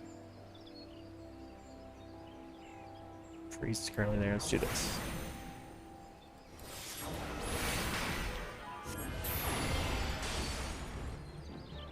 Okay, so that's the Umbral Hearts. Okay. So what did they do exactly?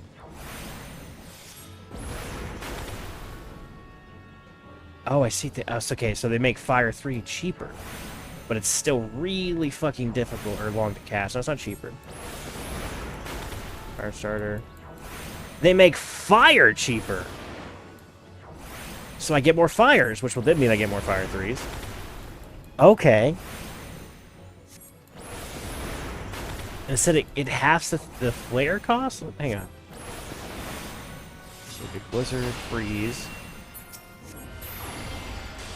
Okay. So I have 3 Umbral Hearts. So does that mean I can cast 3 flares? Nope. That removed all flares, but it did not...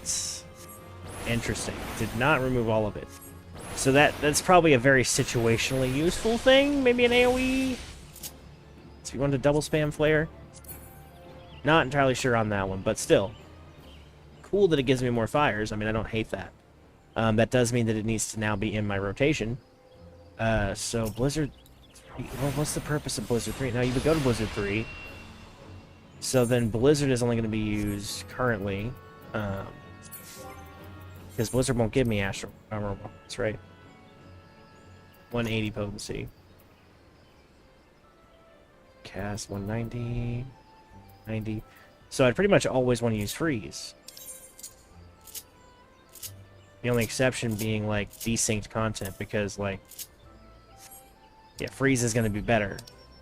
Because I'll switch over to Umbral Ice using, if I'm in combat, you know, I'll use the Blizzard 3, Freeze, get the 3 Umbral Ices, switch over to Astral Fire. Cool. Okay, sorry, Travelers. You know, I'm still learning as a Black Mage. That's a pretty cool little bonus, but certainly not something I was anticipating. And yeah, not much has been done with the house. It is definitely something I'm going to do eventually, just haven't been able to get around to it just yet. Oh, between work and quite a lot of things, it's been a lot going on. But I do go in there every day. I usually go to sleep in there or log off in there. And we have a couple things in there. Of course, we needed it to get Apostrophe going as well. Get him dyed up.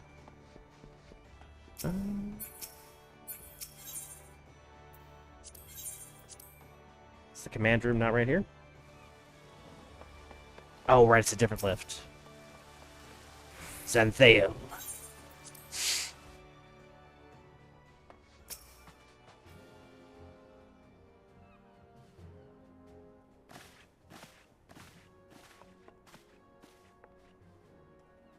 Welcome, friends. I take it your Stola has apprised you of the situation? Let us waste no time, then. According to our best intelligence, the Sahagin had crystals enough to summon their god. Alas, we did not count on the Serpent Reavers venturing as far as Stanlin to supplement their cache. For our short-sightedness, we are faced with grim prospect of Leviathan's imminent return. Needless to say, I am not inclined to let the Fishbacks have their way. Even as we speak, the Maelstrom makes ready to launch a large-scale operation to thwart the summoning, and we would welcome the Scion's support in this endeavor. But if gods forbid our efforts should come to naught, I will need to trouble you for your more support, much as I did with Titan last we walked these lands. Lady Minfilia, I am given to understand that you mean to accompany our soldiers to the front lines. I can only assume that you have sound reasons for doing so. I do, Admiral. I would rather not be drawn on their nature. I will say only that there is something I would like to see with mine own eyes. Is that so? Well, I am not so stubborn as to deny the wish of one whose aid I require, but precautions must be taken. I shall require that you remain by my side at all times. That settled, let us speak of the operation. Sir, Maelstrom scouts are currently reconnoitering Sahagin movements within the Sapsa spawning grounds. I can never say that one. Upon completing their mission, they will return to the operations staging point at Camp Skull Valley. I want you to make your way there forthwith, that you might be appraised of the latest intelligence. Commander Fogbrida has been charged of the garrison.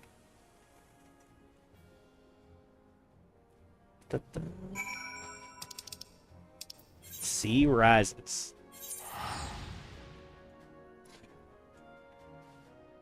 I titled this stream "Sea Swallows All."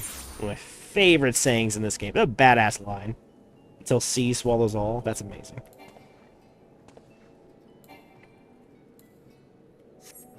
Oops.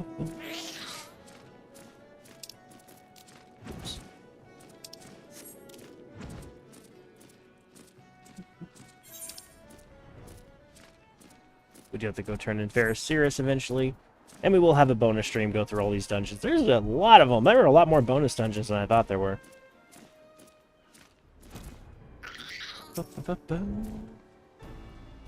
I've been expecting you, Scion of the Seventh Dawn. On behalf of the men and women here, I thank you for your cooperation. The safety of our citizens is paramount. With your aid, we will prevent Leviathan's return.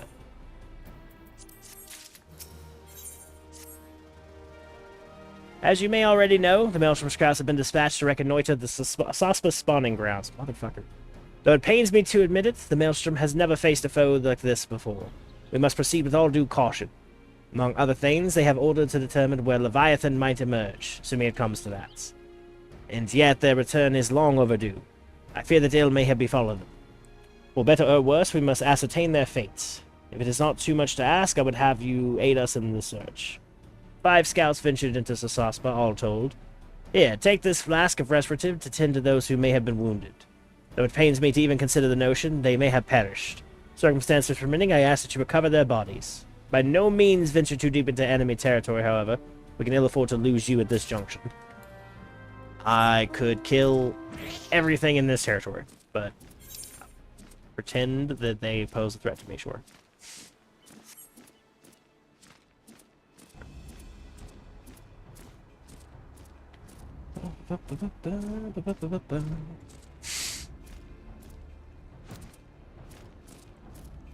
Anybody over here? Hello? Find something. There we go. Help somebody of all the times to have forgotten the restorative.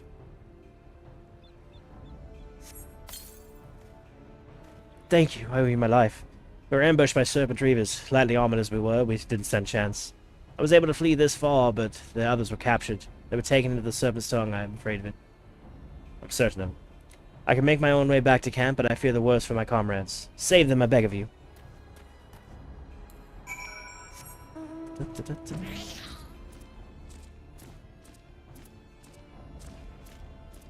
This is the tiniest little door. Okay.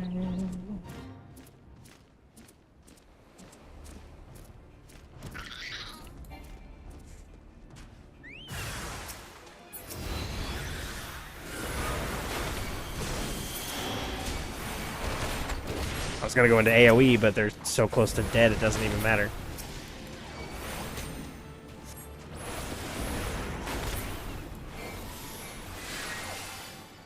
Oh, that gives Umbral Hearts as well. That's very nice to know. Okay. Oh, they killed them too. Damn it.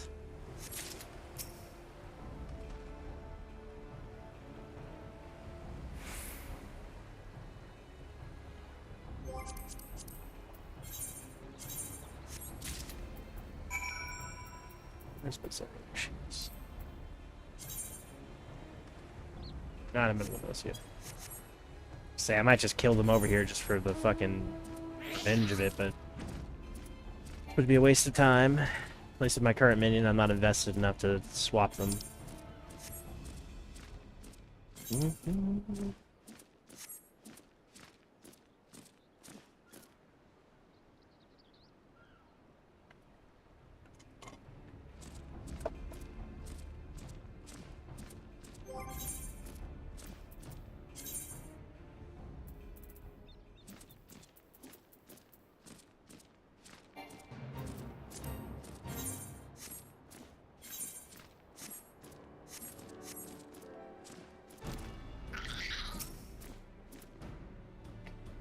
You return. Thank the Navigator. When I learned that you went to the Serpent's Tongue by yourself, I fear that you have made an untimely demise.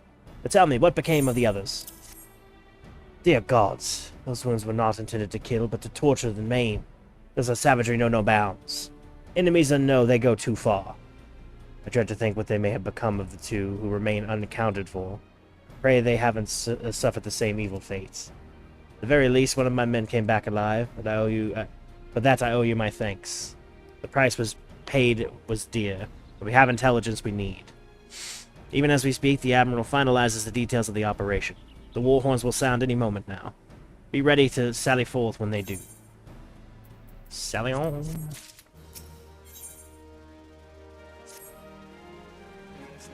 Okay.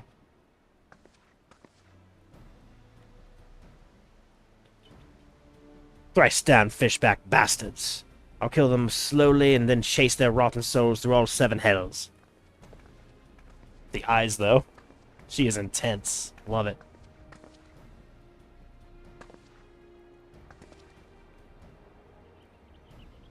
Peace, Commander. We are here for a purpose, and vengeance is not it. I want your mind on the task, savvy? My apologies, Admiral. You may count on me to keep a clear head. Good. According to the sole surviving scout, the Sahagin and their thralls have already begun to amass the Aetherites at the depths of Saspa. We are to act. It must be now. The men are ready, but we await your orders, Admiral. As predicted, the Sahagin have tightened security in and around the spawning grounds. A frontal assault is like to be met with fierce resistance. Ah, but we are not artless, so artless as that, Commander. We shall divide our forces and strike them hard and fast at key locations. Remember, our ultimate objective is to take the Saspa Aetherites and eliminate the Sahagin priest presiding over the summoning. We are not here to kill them all.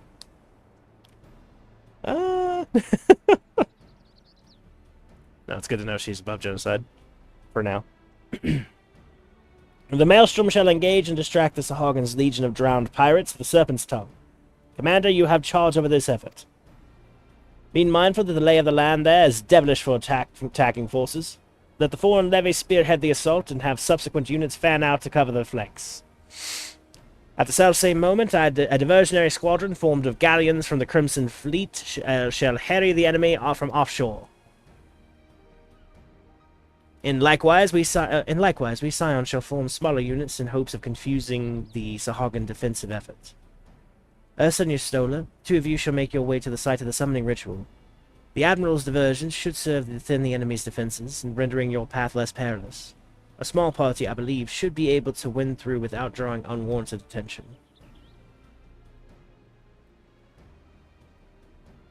Thancred, Yugiri, your mission is to lure as many Sahagins as possible out of the spawning grounds. Having done so, take to your heels and circle round to join the infiltration units of Yustola and Ursa. When all has been set in motion, I myself shall cut a path to the Aetherites, accompanied by Lady Minfilia as we agreed. But don't let me keep you, friends. To battle!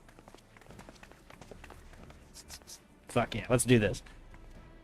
When last did we fight side by side, Ursa? Too long ago, I warrant. But come, let us away.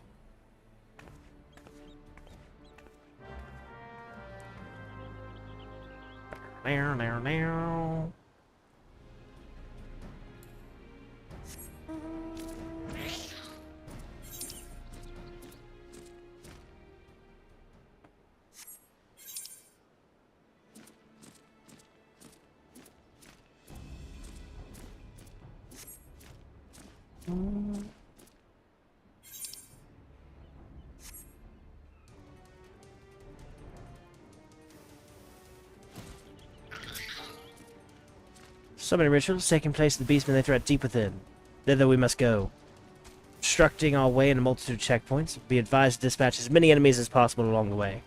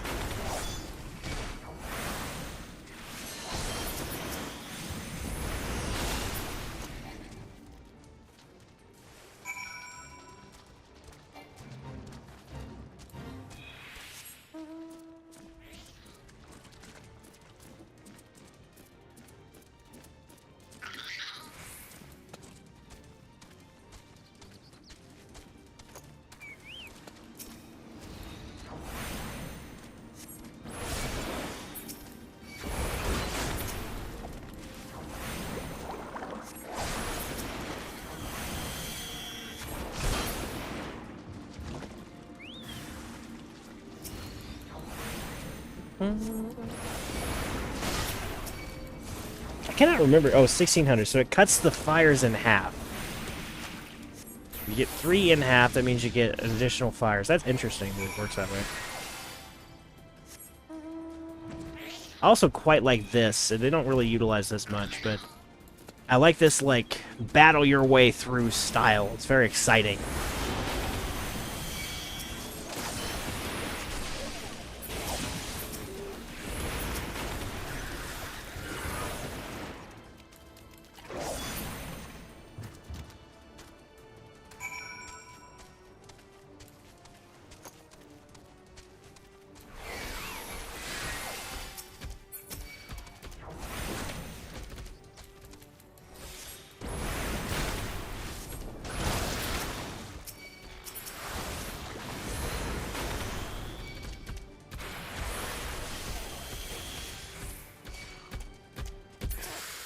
Eyes in the back of your head? Come on.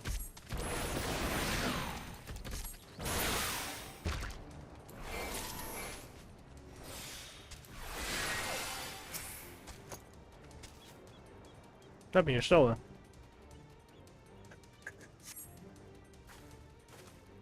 Pray do not concern yourself. 'Twas but a glancing blow. Come to the Aetherite. Come, the Aetherite is close at hand. Let us press on.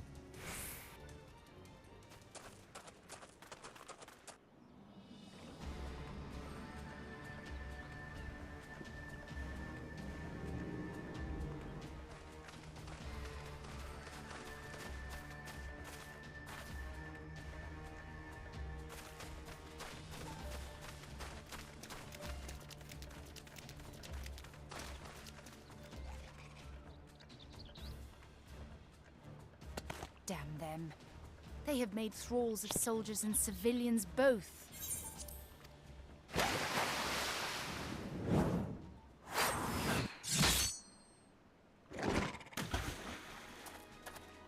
Did I miss much?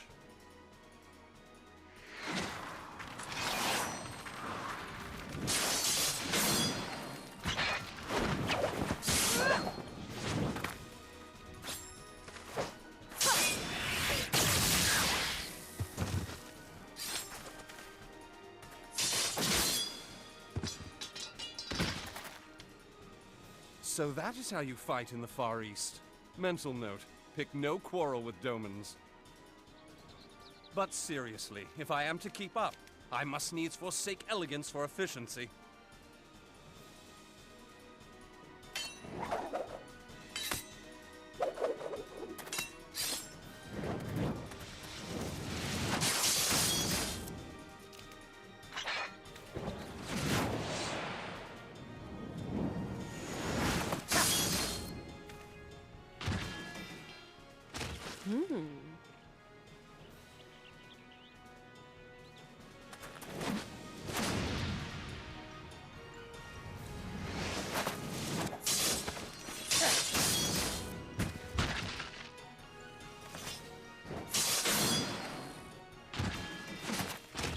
To the Aetherite!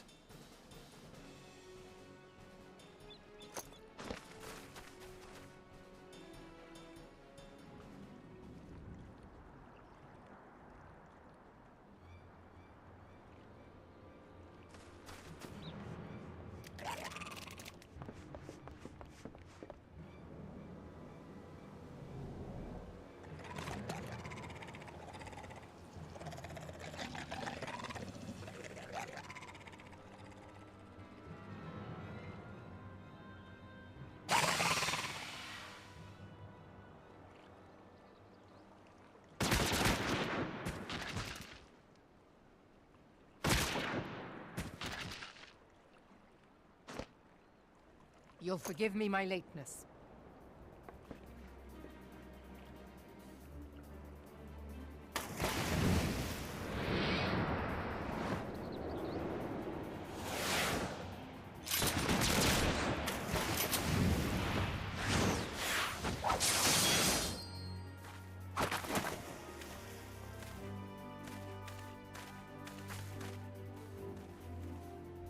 I've been something of a liability of late, I know. 'Tis high time I set about making amends.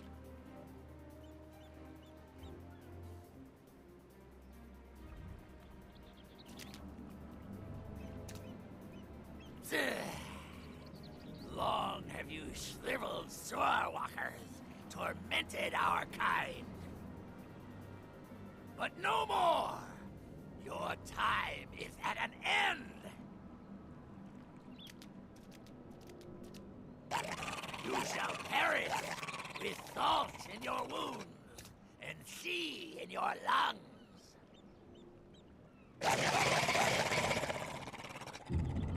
Lord of the world, hearken to our plea. Lord of the world, deliver us from our misery. Do you feel that?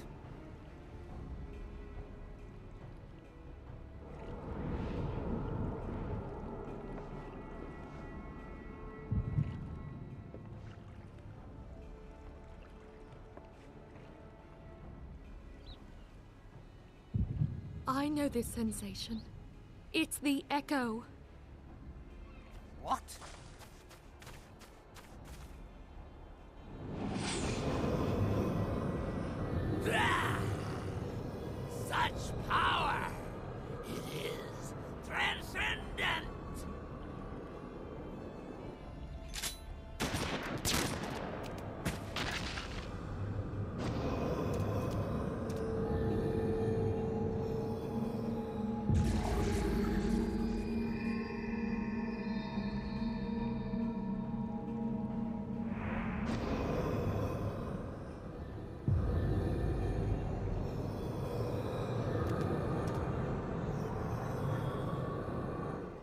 7 hells. Strike me down if you will. It is futile. I have mastered the gift. I am eternal.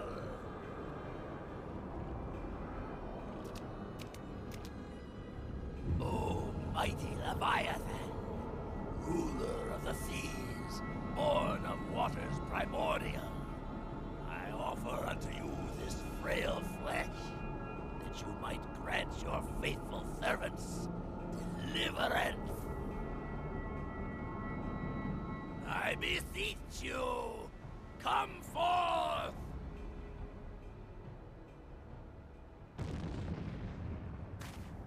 Die, damn you!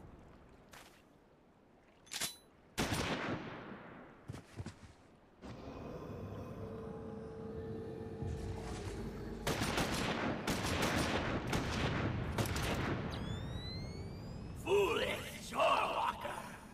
You cannot kill that which is eternal!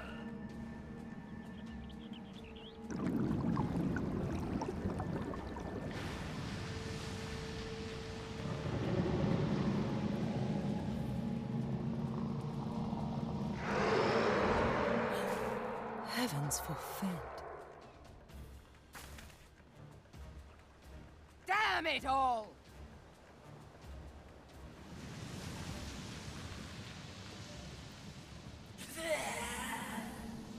My being ebbs away. But it should by right be infinite. Am I not immortal? Curse you, emissary! You promised me everlasting.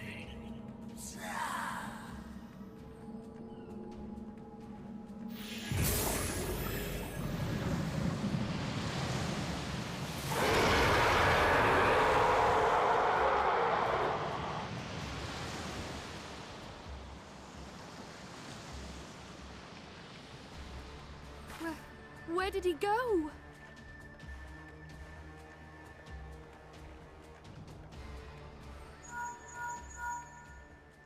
What say you? Nary a single ship? Hells take that sea demon! Gather the survivors and get to shore. Leave the wrecks for the pirates.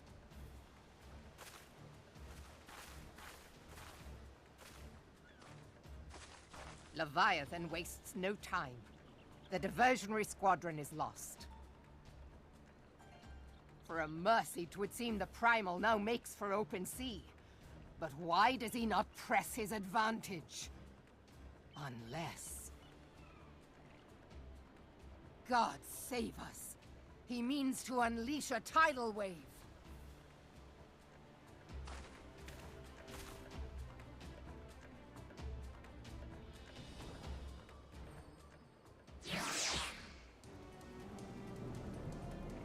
Okay, there was a lot of badassery in that cutscene. The knives, the guns, that was really cool. Love that cutscene. Sorry.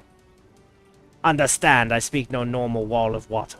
That which Leviathan makes ready to conjure carries more destructive power than aught seen in nature.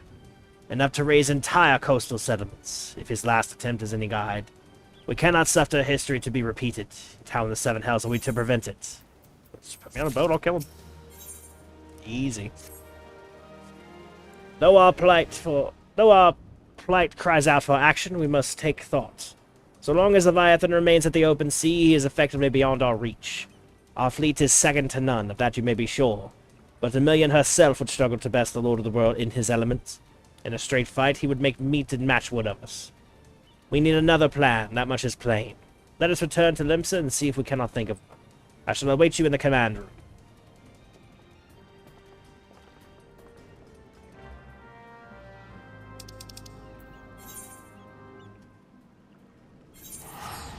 Alright. Clearing through, Travis. Clearing through.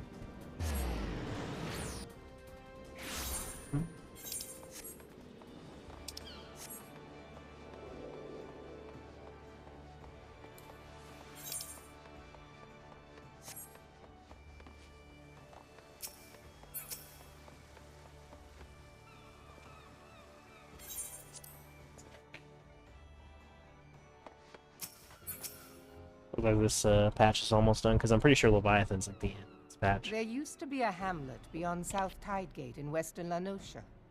Halfstone 'twas called. Some years prior to the Maelstrom's founding, Leviathan rose from the briny depths and set about unleashing watery hell upon us. On that occasion, the Company of Heroes put him down before he could do too much damage. But when the bastard came next, this time in the wake of the calamity, we were not so fortunate. Weary of ravaging our shoreline, he summoned a tidal wave which fair leveled Halfstone and washed the soil away for good measure. The area was subsequently occupied by the Sahagin. Aye, the thrice-damned creatures transformed it into a spawning ground for their brood.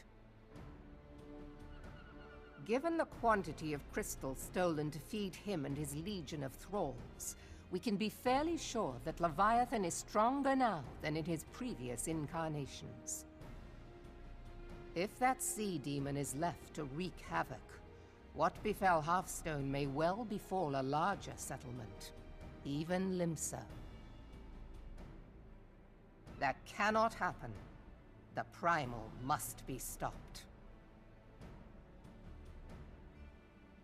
That was ever our objective, Admiral.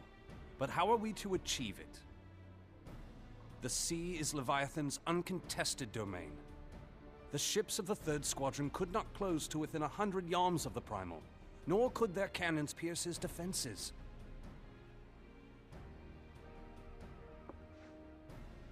I have read the reports, Master Thancred.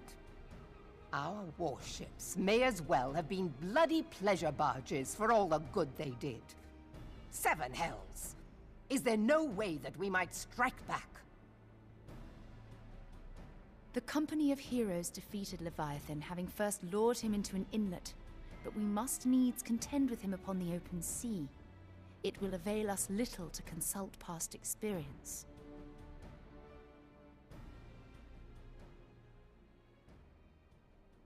Admiral, if I may. Speak freely, Marshal. By all accounts, Leviathan's most formidable weapon is the very sea itself. Waves and whirlpools, tides and currents, all these things are his to command. The key to victory, I believe, lies in disarming our foe. This, in effect, is what the Company of Heroes achieved with their ruse.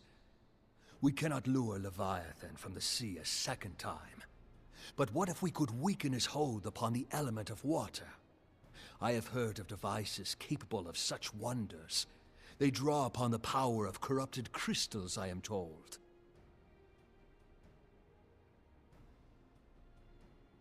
If mounted upon a ship, such a device might be used to prevent Leviathan from bringing the full force of the sea to bear against us, rendering him no more dangerous than any other sea serpent.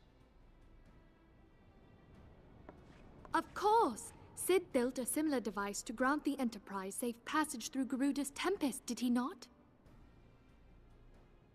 Begging your pardon, my lady, but to give credit where it's due, this is something I heard from an old arcanist friend of mine.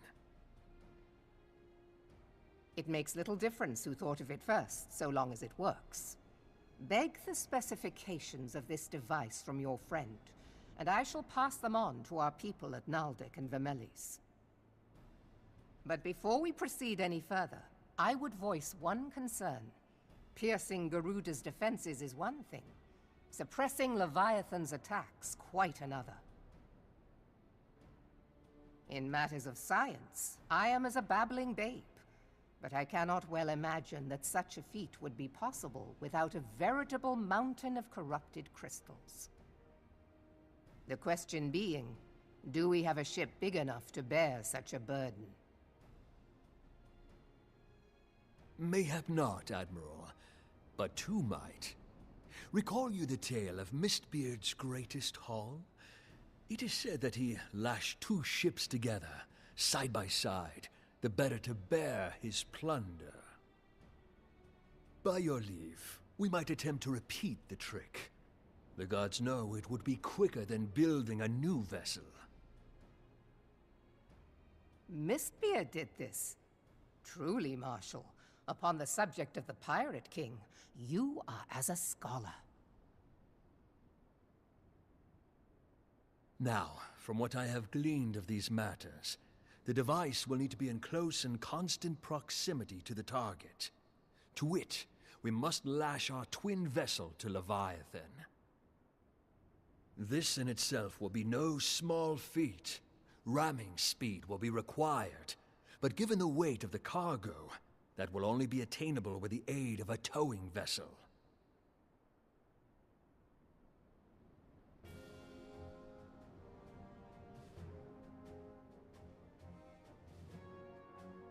Suffice it to say, the task of piloting said vessel will entail considerable danger, and I would not ask it of another.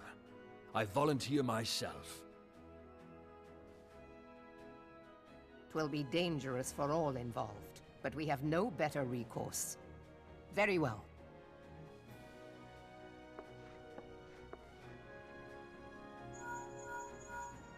Commodore, assemble the remnants of the fleet at Morabee Bay. Give priority to our soundest vessels. The repairs can wait.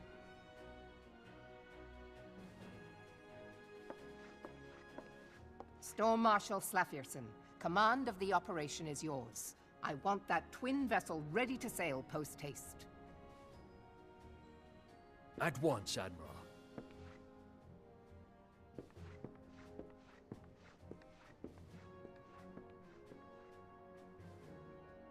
And then there is the small matter of slaying the beast. The fate of Limsa Lominsa rests upon your shoulders once again. Go well, warrior of light.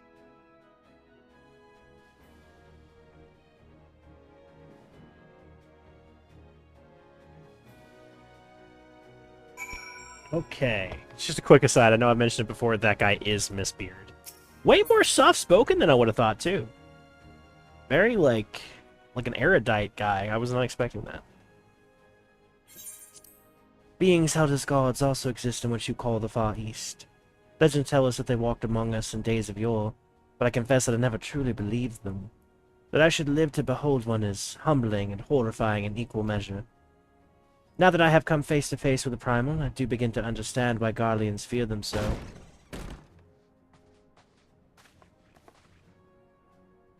What is it? A message, Admiral. I judge it to be best to be delivered at once. I am listening. According to the Yellow Jackets, a man has appeared who claims to have defeated Leviathan. Oh no. One of the company of heroes? Details are yet hazy, Admiral, and I have dispatched one of our own to investigate the individual. I am disinclined to put any store by his claim, and even should it be true, as your Stola said, none save the company of heroes have bested Leviathan. Let me know how they went about it. If this man is of their number, what could he tell us that we do not already know? And yet, having wagered Limsa's survival on 2 ships, some rope, and a pile of crystals, can we afford to ignore this man? This testimony could yield us any manner of advantage, should we not hear it? Damn it all. The twin vessel will soon be ready, and we have no time to wait for Maelstrom's report on the supposed Primal Slayer's claims. Ursa, seek him out and learn what he knows. At the very least, it will spare you the torment of waiting for the reckoning in idleness. The man you look for is believed to be a resident of the Grey Fleet, Lower Lenosia. Storm private sent to question him should already be in the vicinity. May your journey prove fruitful.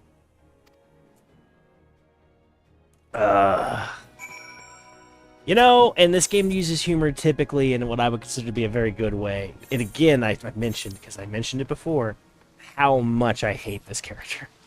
He represents everything wrong with the game, and that he is just a waste of time, and he's not even funny.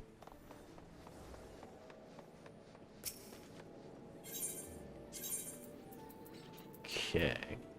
Harsh words, I know, but I don't care.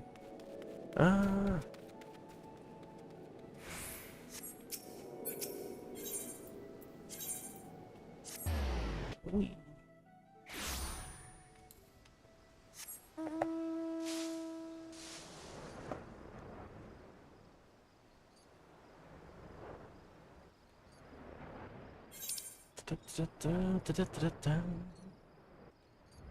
Flying, we're flying. Did I get the? It's unrelated. I did. Okay.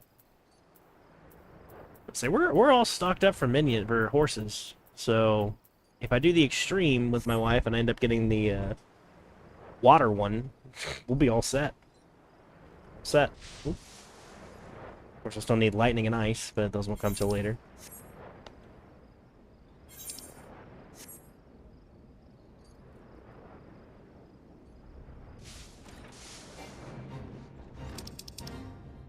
Oh, naturally gonna resync. Now look here, you. You'll have your bloody story right after you carry these sacks of grain over to the mill. Sir, that's what you said when you had me pick those oranges for you. And I mucked out the chocobo stables, and before I rolled that millstone over the mill, and also before...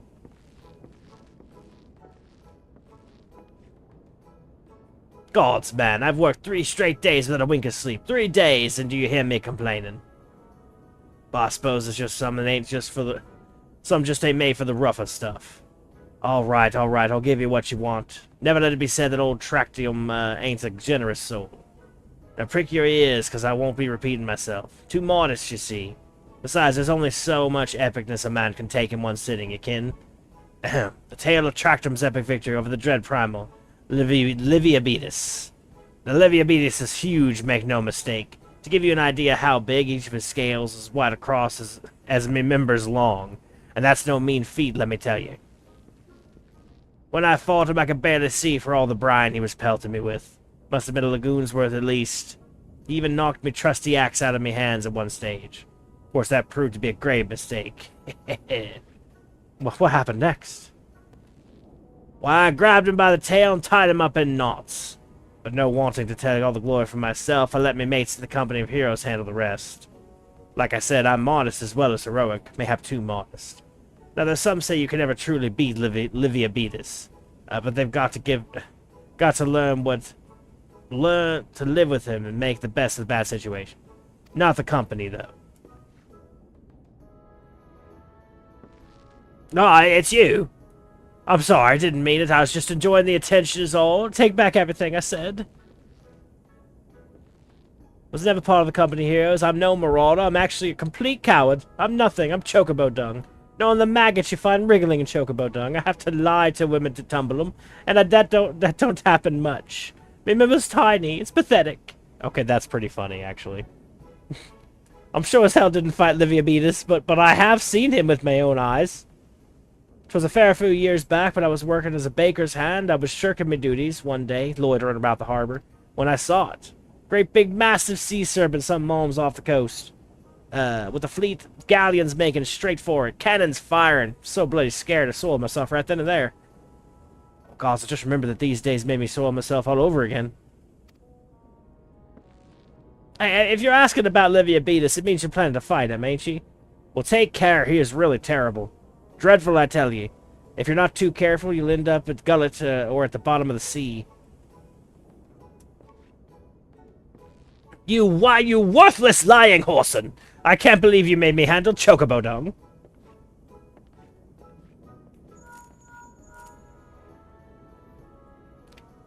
So this has been Philia. Were you able to learn all of use against Leviathan? I beg your pardon? Liviabetus? I see. That is unfortunate. At any rate, I have tidings for you. The twin vessel is now complete. We wait for you at the Moorby dry docks. Pray make your way here as soon as you are able.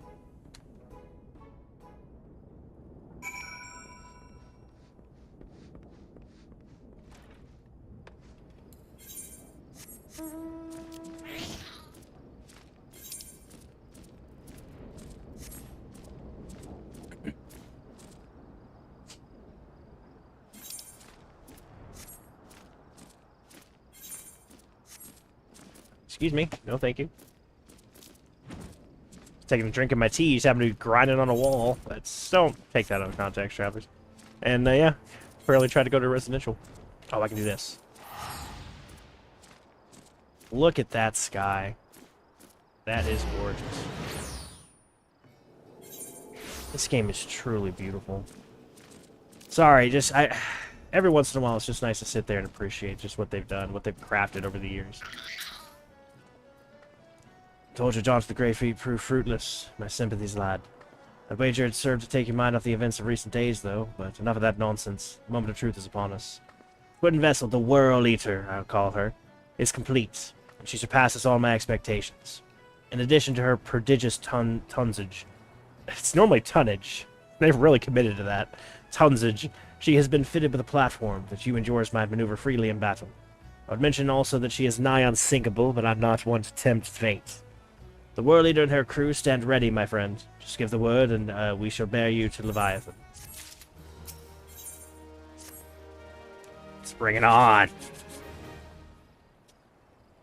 I know that look. You are ready. Having been constructed in some haste, the World Eater may not yet be pretty, but I assure you she's capable. She has been fitted with our friends at Naldik and Vermilia's, are calling an elemental converter. Assuming the thing works, it will use the power of the corrupted crystals on board to rob Leviathan of his hold over the water. Depending on how the battle unfolds, you may well need to activate the device manually. Keep that in mind.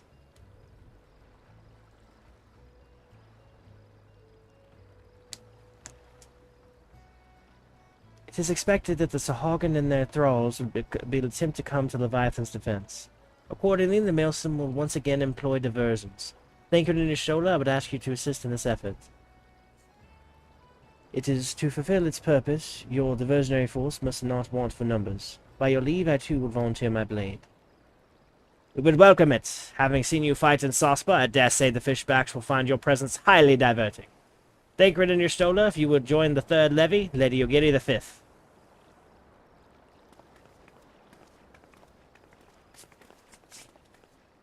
But what words have I for the man who has made sport of slaying gods? Only these. Go warily, for the sea is an unforgiving place to wage war. May the Navigator guide you through the storm, Warrior of Light. I would echo the Admiral's sentiments and add a few words of mine own. Know that we all have the utmost faith in you, Ursa. May the crystal bless and keep you. I got my new pimp hat. It's time to slay a god. That's all I'm saying. Once you put this hat on, you gotta slay a god. I haven't done it yet with the hat on, so really I think it's just meant to be. For those of you wondering why I won't shut up about the hat, I really, really fucking love the hat. Look at this hat. It's a magnificent hat. Okay, let's clear that off. It's cute. 20 bleeding minutes. Hang on. And just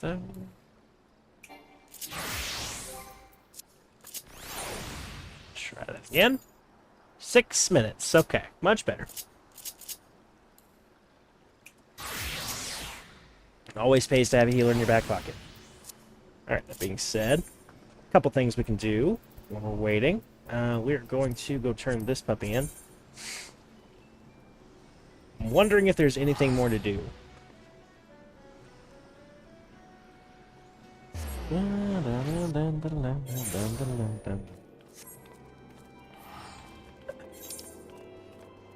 Please.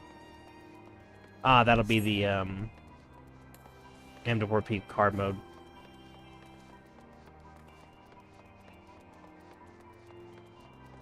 Certainly be worth picking up. I'll do that right after this conversation with Rowena. Clear on the deal. Run along. Oh. Oh, good lad. This is exactly what I was after. You've honored your part of the bargain, and I'll do the same. On Verdant Pond. This is very poetic. The hat down. Oh man, I would love that the hat fell. As much as I love the hat, the hat fell off one day when I teleported and just left on the ground right there. It'd be so badass.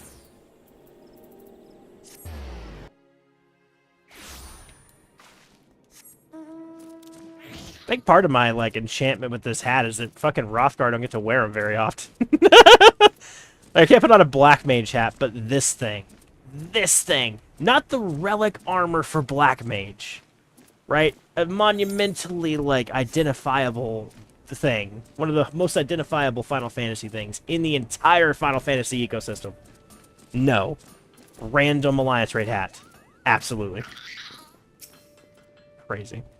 Back to pester me so soon. Judging from that smirk on your face, take it you found what you need. Aye, this text is about the Death's Handmaid Shitoto, alright, but gods would have killed the bugger to write it. Use normal bloody words. It'll take me bleeding moons to get through this lot. Time I could be spending on kettles. Ah, well, I tried to make a head or tail of it. Why don't you take these to your unfinished Stardust Rod and try it out? As I mentioned before, it's still missing Summit, but it's all their shape-wise meaning it. It should serve you just fine as an ordinary weapon. Seeing as you're a ripe old black mage, maybe you'll be able to find out exactly what it wants for. That's to say, out there and fighting some old nasties. Shoto herself must have done back in the day. Ogomora Mine's over the nose to you to serve your needs. The same place you found the rod. Pit yourself against some Ogomora quarrymen, bedsmen, and priests, 8 of each, say. Then come back and tell me what you gleaned. The information, the text you find first-hand experience, I reckon we'll solve this puzzle yet. Perfect timing. Also, did not realize that this quest was going to involve me fighting and killing, kobolds, or I would have signed up years ago. Love it.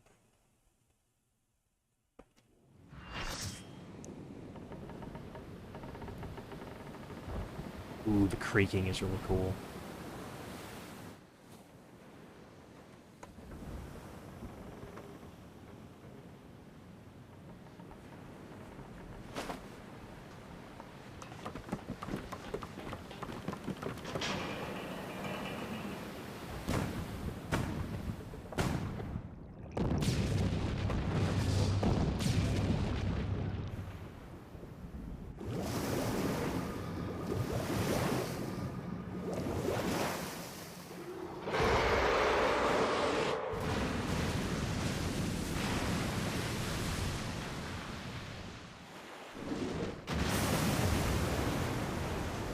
Damn.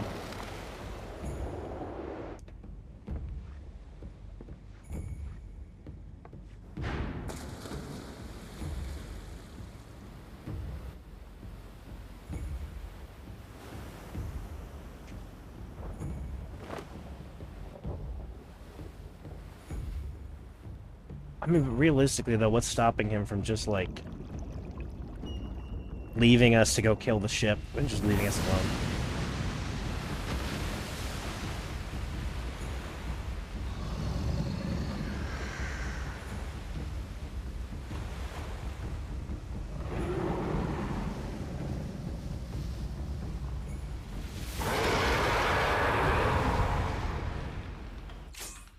Alright, Leviathan.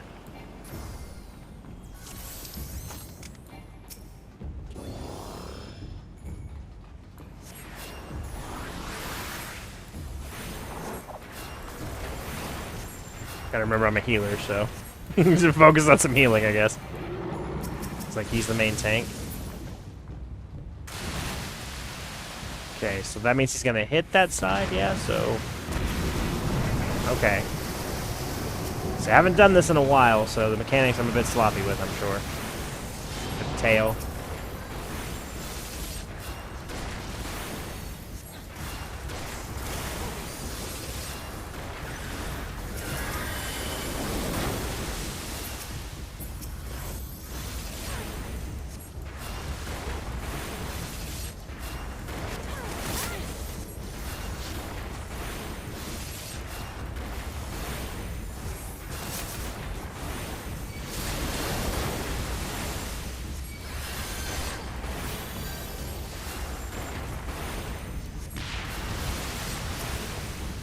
Oh, that hurt.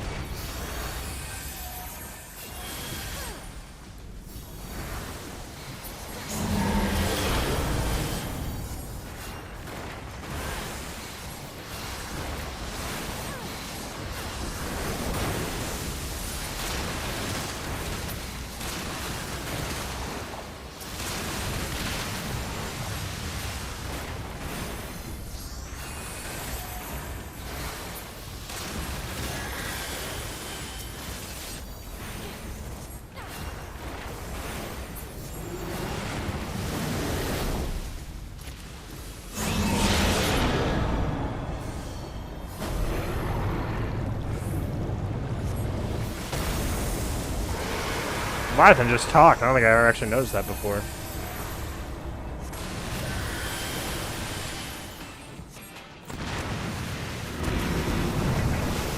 Shit.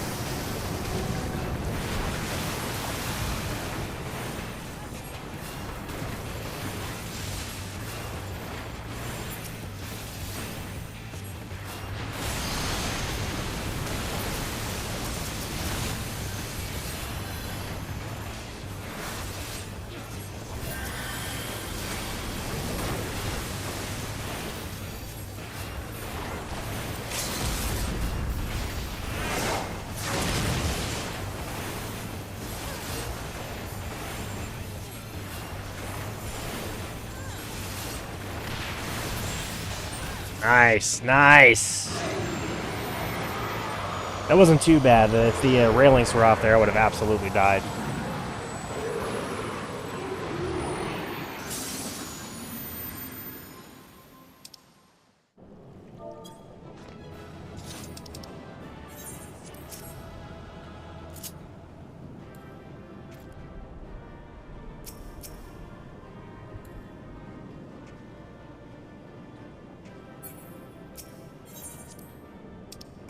Oh, no.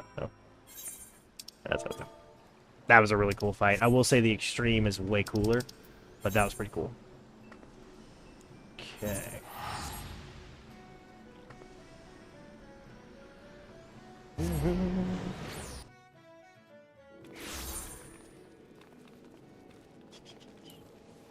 Unless I'm mistaken, I think that's the end of 2.2. We still have like a whole nother hour. I was prepared to go if we had to, so... Honestly, I'm not complaining, though. That's a really cool way to end it. Leviathan's a pretty high point, for sure.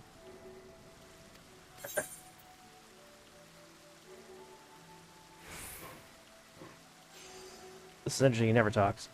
Knowing the urgency of your business, I thought it best to refrain from making conversation during your past few visits. But today I will permit myself a few words. I feel truly privileged to have had the honor of admitting a hero such as you. You are an inspiration to us all, sir. On that note, the Admiral... This is the thing he always says. That's actually really cool. I like that a lot. Okay, carry on. We Lominsons are sworn to strive, till sea swallows all. And swallow all it would have, had Leviathan prevailed. That we still strive now, we owe in no small part to you.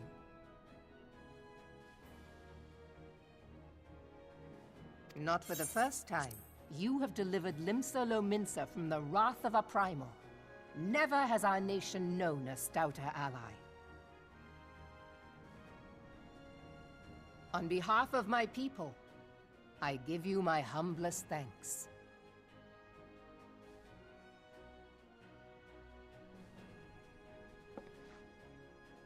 'Tis meet that I give thanks to old Mistbeard, too, for his fine solution. Whatever else he may have been, 'tis clear he was a resourceful soul.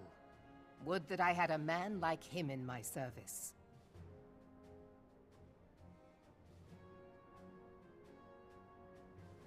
Before I set foot in these lands, I had no inkling that the people of Eorzea contended with such mighty foes. Suffice it to say, their existence came as something of a shock, as did the idea that they could be defeated. This experience has served to remind me of the vastness of the world, and the boundless potential of man. Though I am but a refugee in this realm, I would fain be of use to you in your fight. Know that I am tutored in one of the foremost combat arts of the Far East. It may seem outlandish to the Eorzean eye, but should any of your people care to learn, I would be pleased to initiate them. And I will see to it that they are grateful. I have no doubt that your knowledge and skills will serve us well. Besides, your art is not so outlandish as you think. Would you not agree, Master Thancred? Naught escapes your searching eye, Admiral. Few are privy to this information, but Limsa Lominsa is home to a certain secret fraternity. Its members are trained in a form of combat not unlike your own.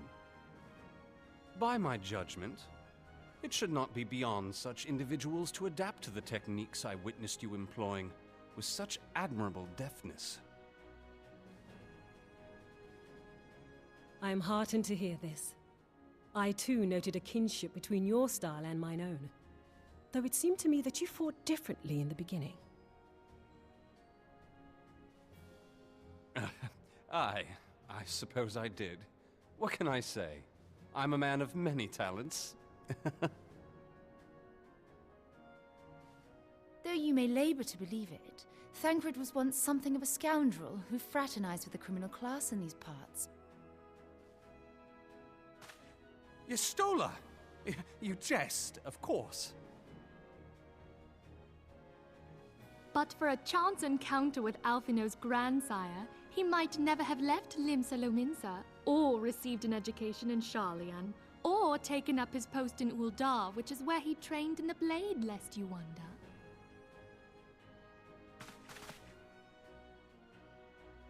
Minfilia, please! It would seem there is more to you than meets the eye, Master Thancred.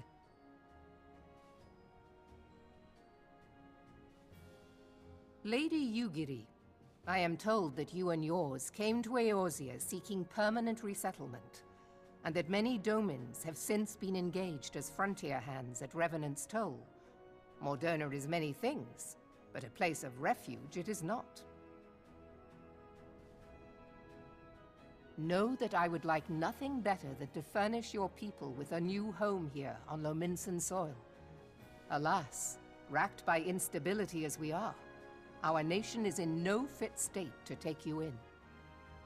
Yet I'll not have it said that we turned a blind eye to your suffering. Until such time as we can do more, I pledge to send provisions. We are in your debt, Admiral. I realize that it scarce qualifies as repayment, but if it please you, I shall set about sharing my martial knowledge with your people at once.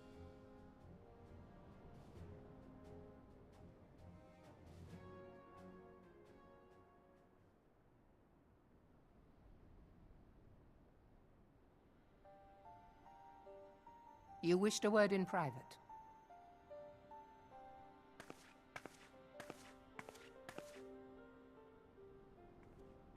The better not to spoil the festive mood. History repeats itself, Admiral. As the kobolds did before them, the Sahagin resorted to summoning their god over a territorial feud. They acted in self-preservation. It may be that the Sahagin initiated this particular clash, but how it begins does not interest me so much as how it ends.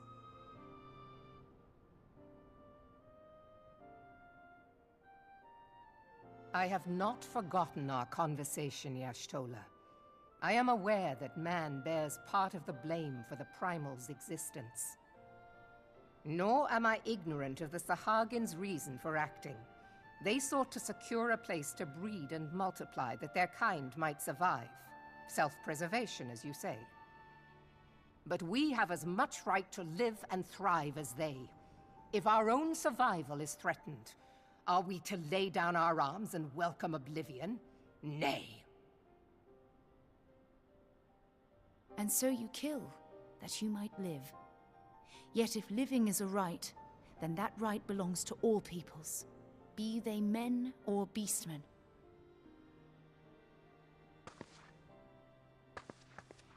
I'll not deny your reasoning, but when a storm gathers, it falls to me to see my people safely through it. That is my duty, and I shall do it.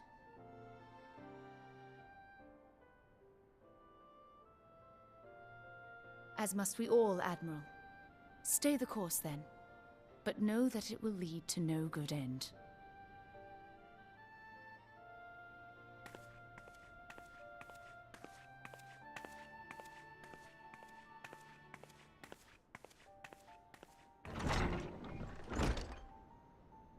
Man has ever put himself first and foremost. To justify his actions, he clads himself in the armor of righteousness, though it be a fancy of his own making. In this, mayhap the Garleans and we Domans are not so different.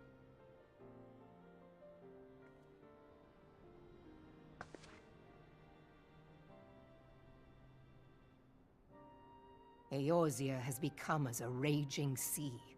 If we are to keep our heads above the waves, we cannot scruple to drown the man next to us. When hopes of coexistence founder, strength must determine who has the greater right to live.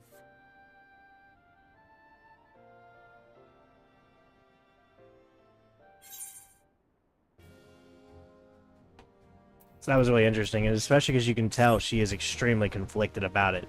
So Merylweb's not like a cold-hearted bastard, but she is in a thalassocracy? I never know how to say the word. That pretty much only values strength. That's all they care about, right? They only care about strength and cunning here. So to her people, she's not wrong, they would view any ability or any like indication that she wants to make amends with either the Sahagin or the Kobolds as a sign of great weakness on their leadership's part. So it's a difficult position to be in, because she freely acknowledges that yeah, they kind of have a right to be there. They're just trying to survive, but like, how do they coexist when all they want to do is kill each other? It's an interesting conundrum. We'll develop it more quite a bit later, actually, like shockingly later. But it will get mentioned, so that's nice. The Admiral has informed me of the arrangement. I have in my keeping a letter of introduction for Lady Aguirre. To the south stands a gate leading to a pier, smaller fishing vessels. Look for the inconspicuous Huron man there and present this letter to him. He serves as gatekeeper of sorts. Now, before you go, I'm obliged to remind you that the members of this fraternity, to which you would be introduced, abide in the shadows of Limosna society. They value their independence more highly than pirates and are united by a bond stronger than mithril, to which you are invariably warned of new faces. Excuse me. They are invariably wary of new faces. Excuse me. Though it be penned by the Admiral herself, mere words on parchment will get you only so far into their confidence. You must work for every ounce of trust they place in you. But here is the letter. Go to the aforementioned place and show it to the aforementioned man. Oh, and good luck. I actually already made my way in through that door. But not very far yet, because I've only done the level 1 quest.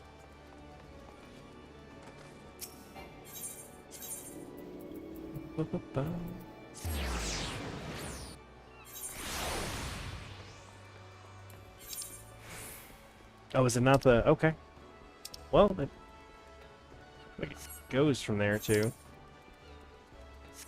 I seem to be right here, but... Let's see.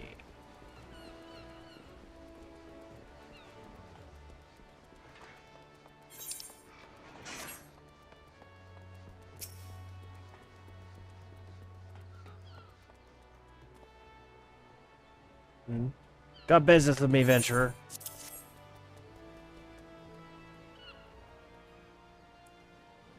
So you're the man the Admiral sent word of. I was hoping I might catch a glimpse of Thancred, too. Been a while since I saw his shite-eating grin. But what with all the doe-eyed wenches about, I expect he's got his hands full.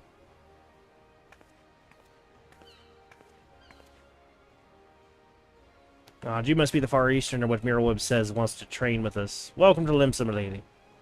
I am Yogiri of Doma. It is an honor to make your acquaintance. I must confess, when I first learned of your organization, I had certain preconceptions as to its nature of your membership. Seem I was mistaken. You're not the first person to say that, lass. Limsa is a city of pirates, to be sure. Pirates don't give two farts about keeping a spotless reputation. They hardly need a secret society to do their dirty work. Might be as my people and I keep to the shadows, but we got nothing to be ashamed of. It's simply better for business if we remain unseen. So you have developed fighting techniques suited to this purpose, I see. Know that the practitioners of my art are denizens of the shadows. 'Tis in stealth that our strength lies. There is much we might learn from one another, I think. Then what in the seven hells are we waiting for? If you come with us, you Yuguri of Do-What's-It, we can get acquainted in a more private surrounds. Huh, that don't come out right, did it?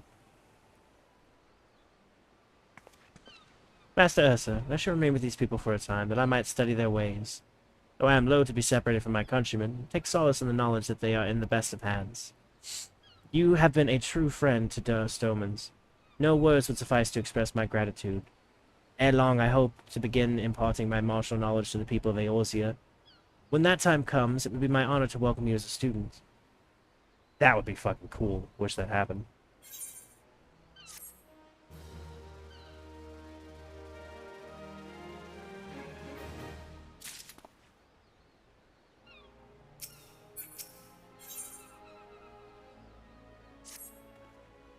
Much more has occurred since first beheld Eorzea from the galleon's deck. Suffice to say, I did not envisage being invited to play a part in your noble struggle. But forgive me, I have kept you overlong. Doubtless you have pressing business of your own. Rest assured that I no longer require an escort in this land. When you next meet Lady Minfilia, pray relay to her my humblest thanks. Would that I could do so in person, but I must needs fulfill my promise to the Admiral. Till we meet again, Warrior of Light.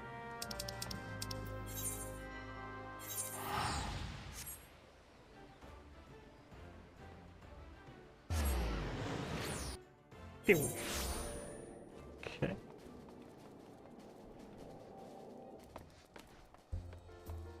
Just because it's here real quick. Wayfarer like yourself must be privy to all manner of tales, yes? So tell me, what do you think of the adventurers who purged the cultists from the ruins of Amdapor Keep?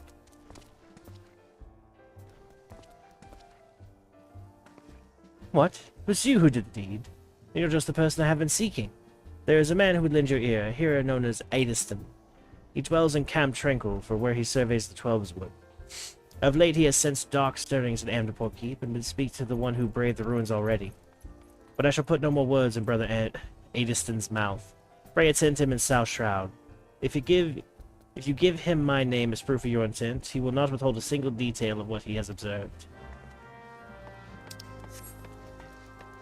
Okay.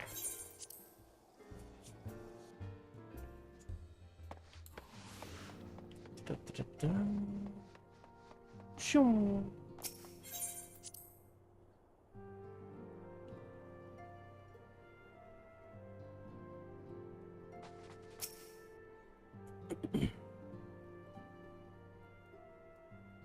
I have been reflecting upon the events which took place during our visit to Vilbrand.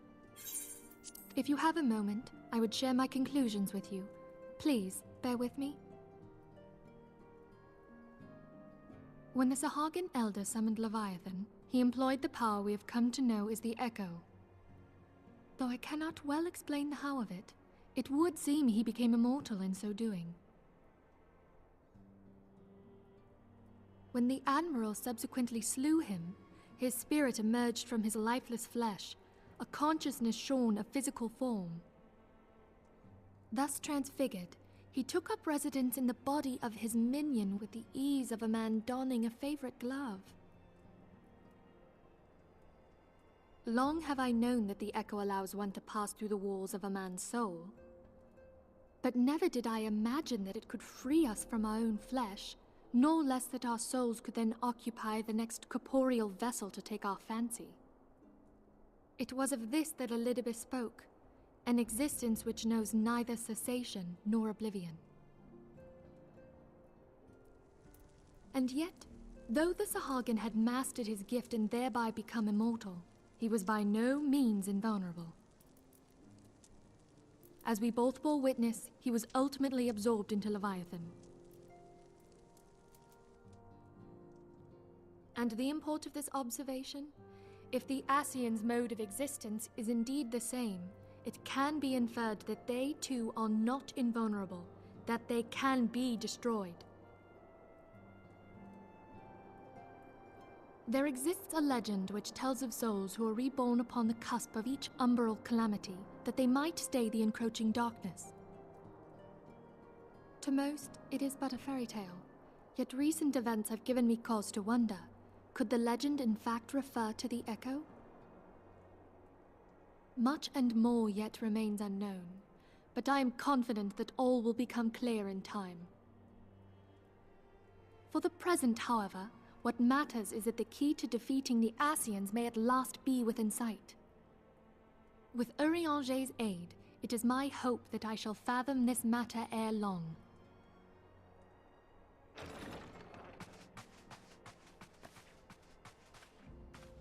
Oh, I was just about to send for you, my friend. Is Artemis? Grave tidings from the Sharlayan motherland, my lady. It doth concern our distant allies, the students of Baldessian. What of them? My lady, the Isle of Val, which for many years hath been the Order's home, is no more. No more? Whatever do you mean? I relate only that which hath been conveyed unto me by our agents. An etheric wave of the highest magnitude was recorded in the region. Soon thereafter, 'twas observed that the isle had ceased to be. 'Tis postulated that a magic was evoked, like in power to Ultima. 12 preserve.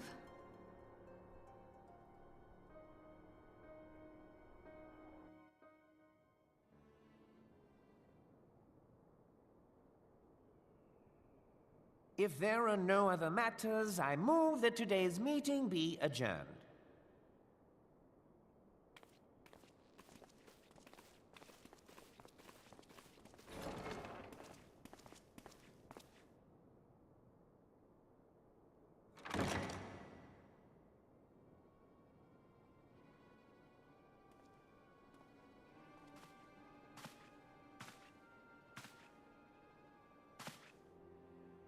It is done, my lord. Forgive my impertinence, my lord, but these orders, I am uncertain as to what end they serve.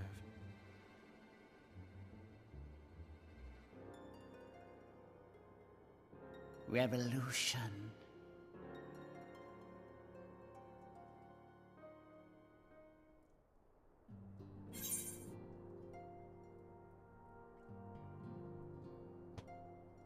Hey, that was a lot to take in. Definitely got some shit going on.